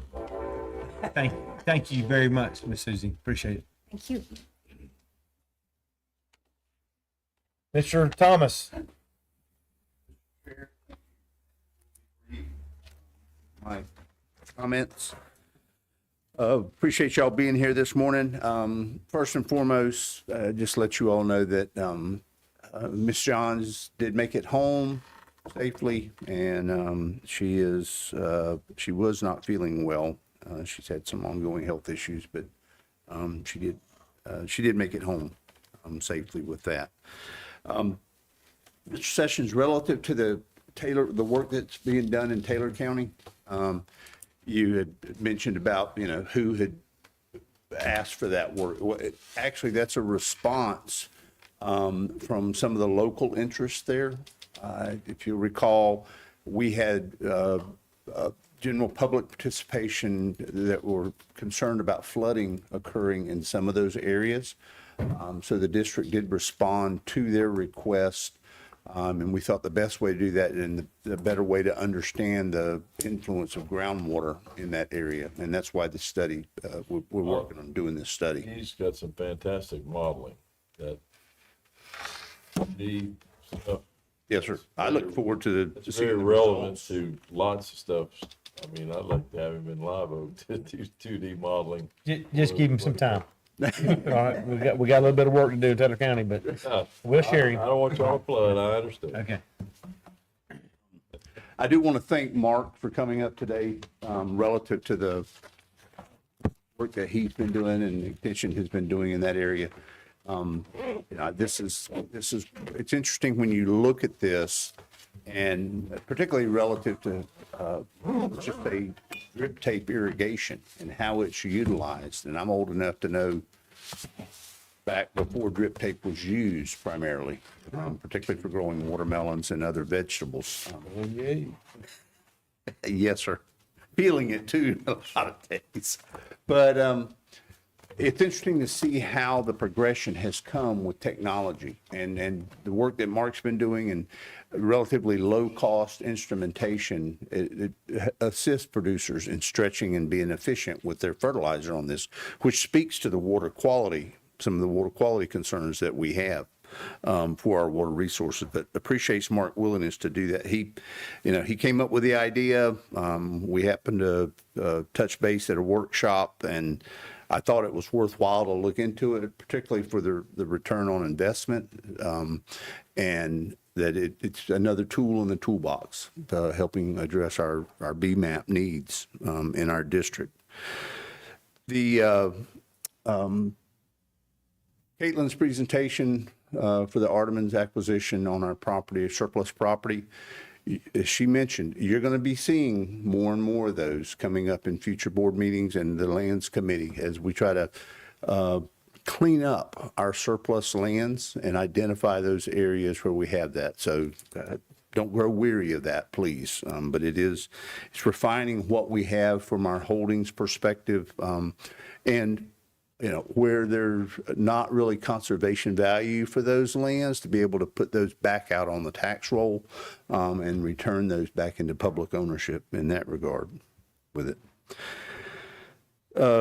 Our workshop that was postponed, we probably will bring that to you in July or August. We're working on both the Lower Santa Fe and the Chetuckney, as well as the other workshop item that we had was David King doing a presentation on consumptive use permitting. And so we'll bring both of those items. We're working with St. John's to help coincide with their board meeting, and when those, at least the Lower Santa Fe and the Chetuckney update will be presented to their board as well. So we'll keep looking for that, working on having that to the board. In August, and you'll receive notice of this, it will, at least the way it's tentatively scheduled right now, it will be outside of our normal board meeting day, but we have been invited over to the Clay County Utility Authority to tour their reclaimed water facilities. There's a couple of them over there. One of them is their new project Quench, which has won several awards from not only the technology that they're utilizing to reclaim water and reuse that water in a beneficial manner, but also it's actually a public education aspect to it that they have, and we'll tour that facility there that day. It's scheduled right now. We're looking at August 19th, I believe it is, and it'll be an early morning. With that, because they actually have a board meeting at 2:00 that day, so we would gather together and go take a tour of the couple of their facilities. Their director wants to really highlight some of the things that they have done and some of the awards that they have won for addressing reclaimed water in that area. And all of that ties into certainly addressing our water supplies, both for the Suwannee and the Santa Fe and Ichetucknee. So just plan on that, and you'll see more information of that coming up for August. Tyler Winburn is still in Tallahassee. Budget meetings and discussions are still ongoing. The items have been bumped up to the chairs, to remaining items, to resolve those issues. Currently, our budgets look good. They're at least where they were at last year going forward. And so we're waiting to see, what the final outcome on that is. It's anticipated that those will conclude later this week and be ready to go for the governor to sign off on. Mr. Chair, I think that's everything I've got. We don't have any workshop items today, but there is a director's evaluation committee. So with that, I'll be happy to answer any questions the board may have. Any questions for you? That kind of stuff right there will be addressed in this next meeting we're going to have here in just a few minutes. All right, sir. Yes, sir. Thank you. Thank you. Any other board concerns that we need to bring to the table today? Okay, hearing none, I will entertain a motion actually just let you guys know that our next board meeting is July the 8th, 2025. It'll be here at 9 a.m. There'll be a board meeting and hopefully some workshop items. If not, we'll have those workshop items in August when you guys are ready. Nothing else that needs to be said in this meeting unless any otherwise, and I will entertain a motion to adjourn the meeting. Motion to adjourn. Okay, got a motion second. All in favor, say aye. Aye. Being that we're already seated and it's only 8 minutes after, and the evaluation committee shouldn't take too long, can we roll right into that, Ms. Robin? Okay, I'm going to call that meeting to order. And Ms. Robin, if you'll make the roll call on the committee. Ms. John? Mr. Richard? Here. Steve? Here. Here. Here. Thank you, Robin. Is there any public comment? I don't have any comment cards in front of me, but looks like the public's leaving and most of the staff. I get it. Do we have any public comment? Hearing none. All right. Today's general discussion is you guys should have gotten your forms filled out for our evaluation of Hugh in his job. Anybody wants to go over anything? I'm going to let Mr. Charles start because I know he's got something to say. I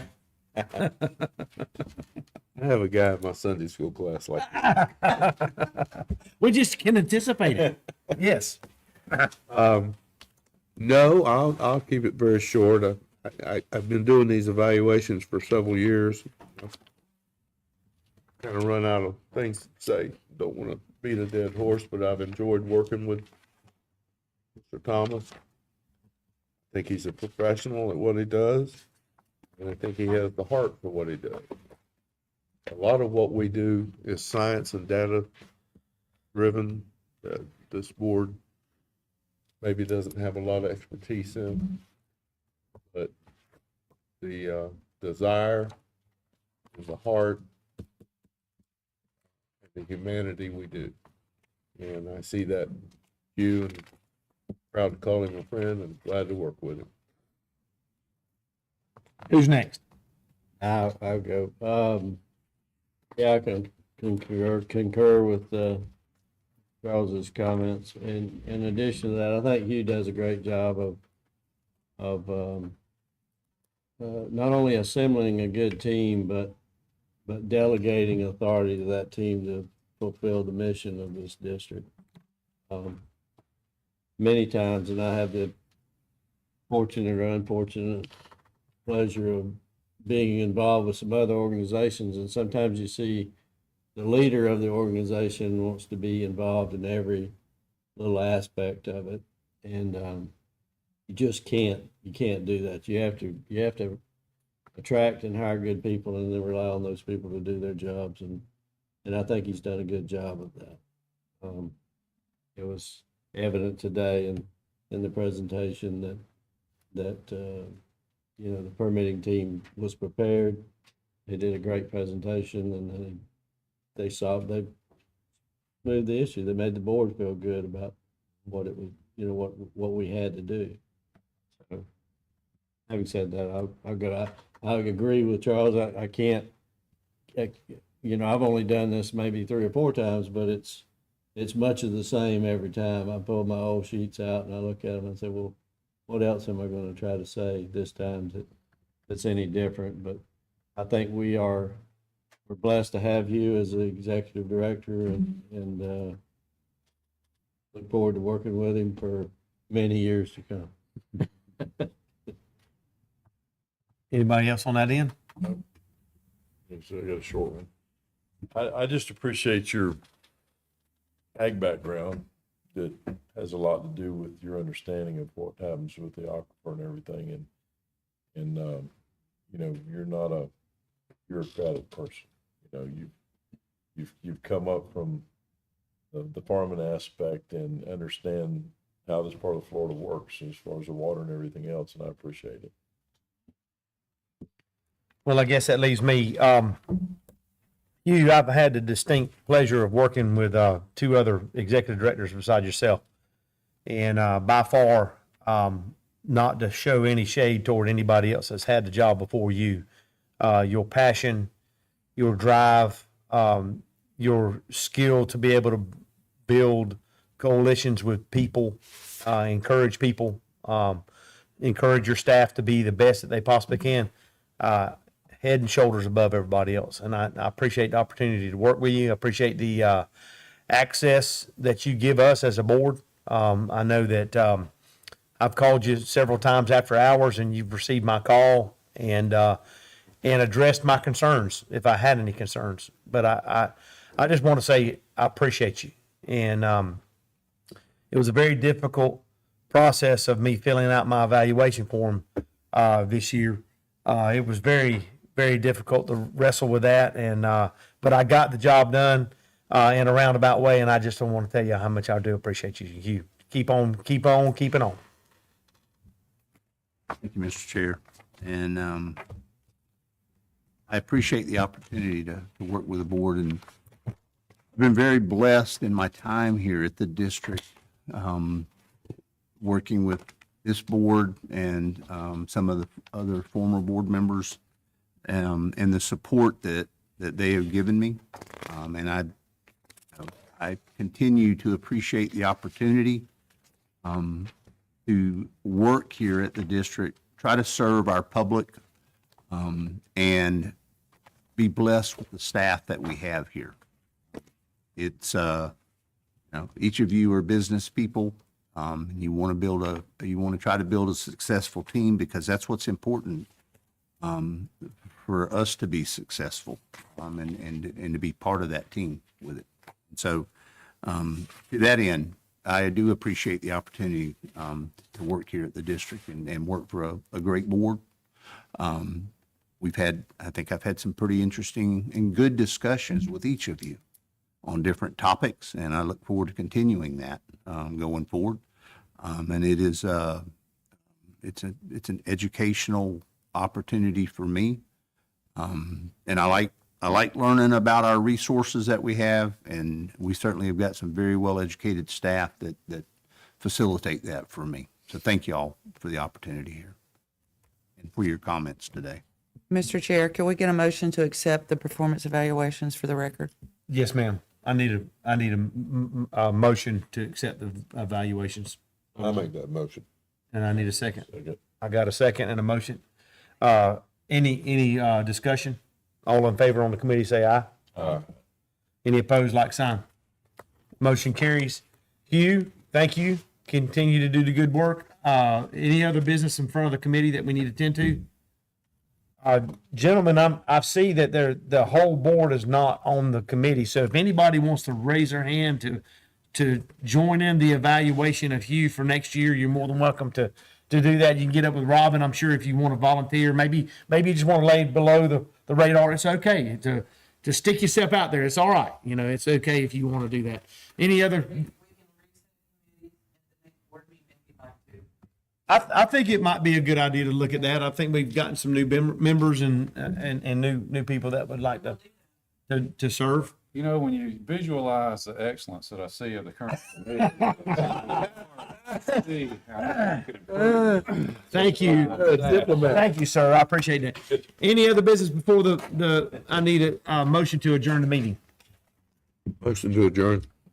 Second? Second. All in favor, say aye. Meeting is adjourned. Before we leave.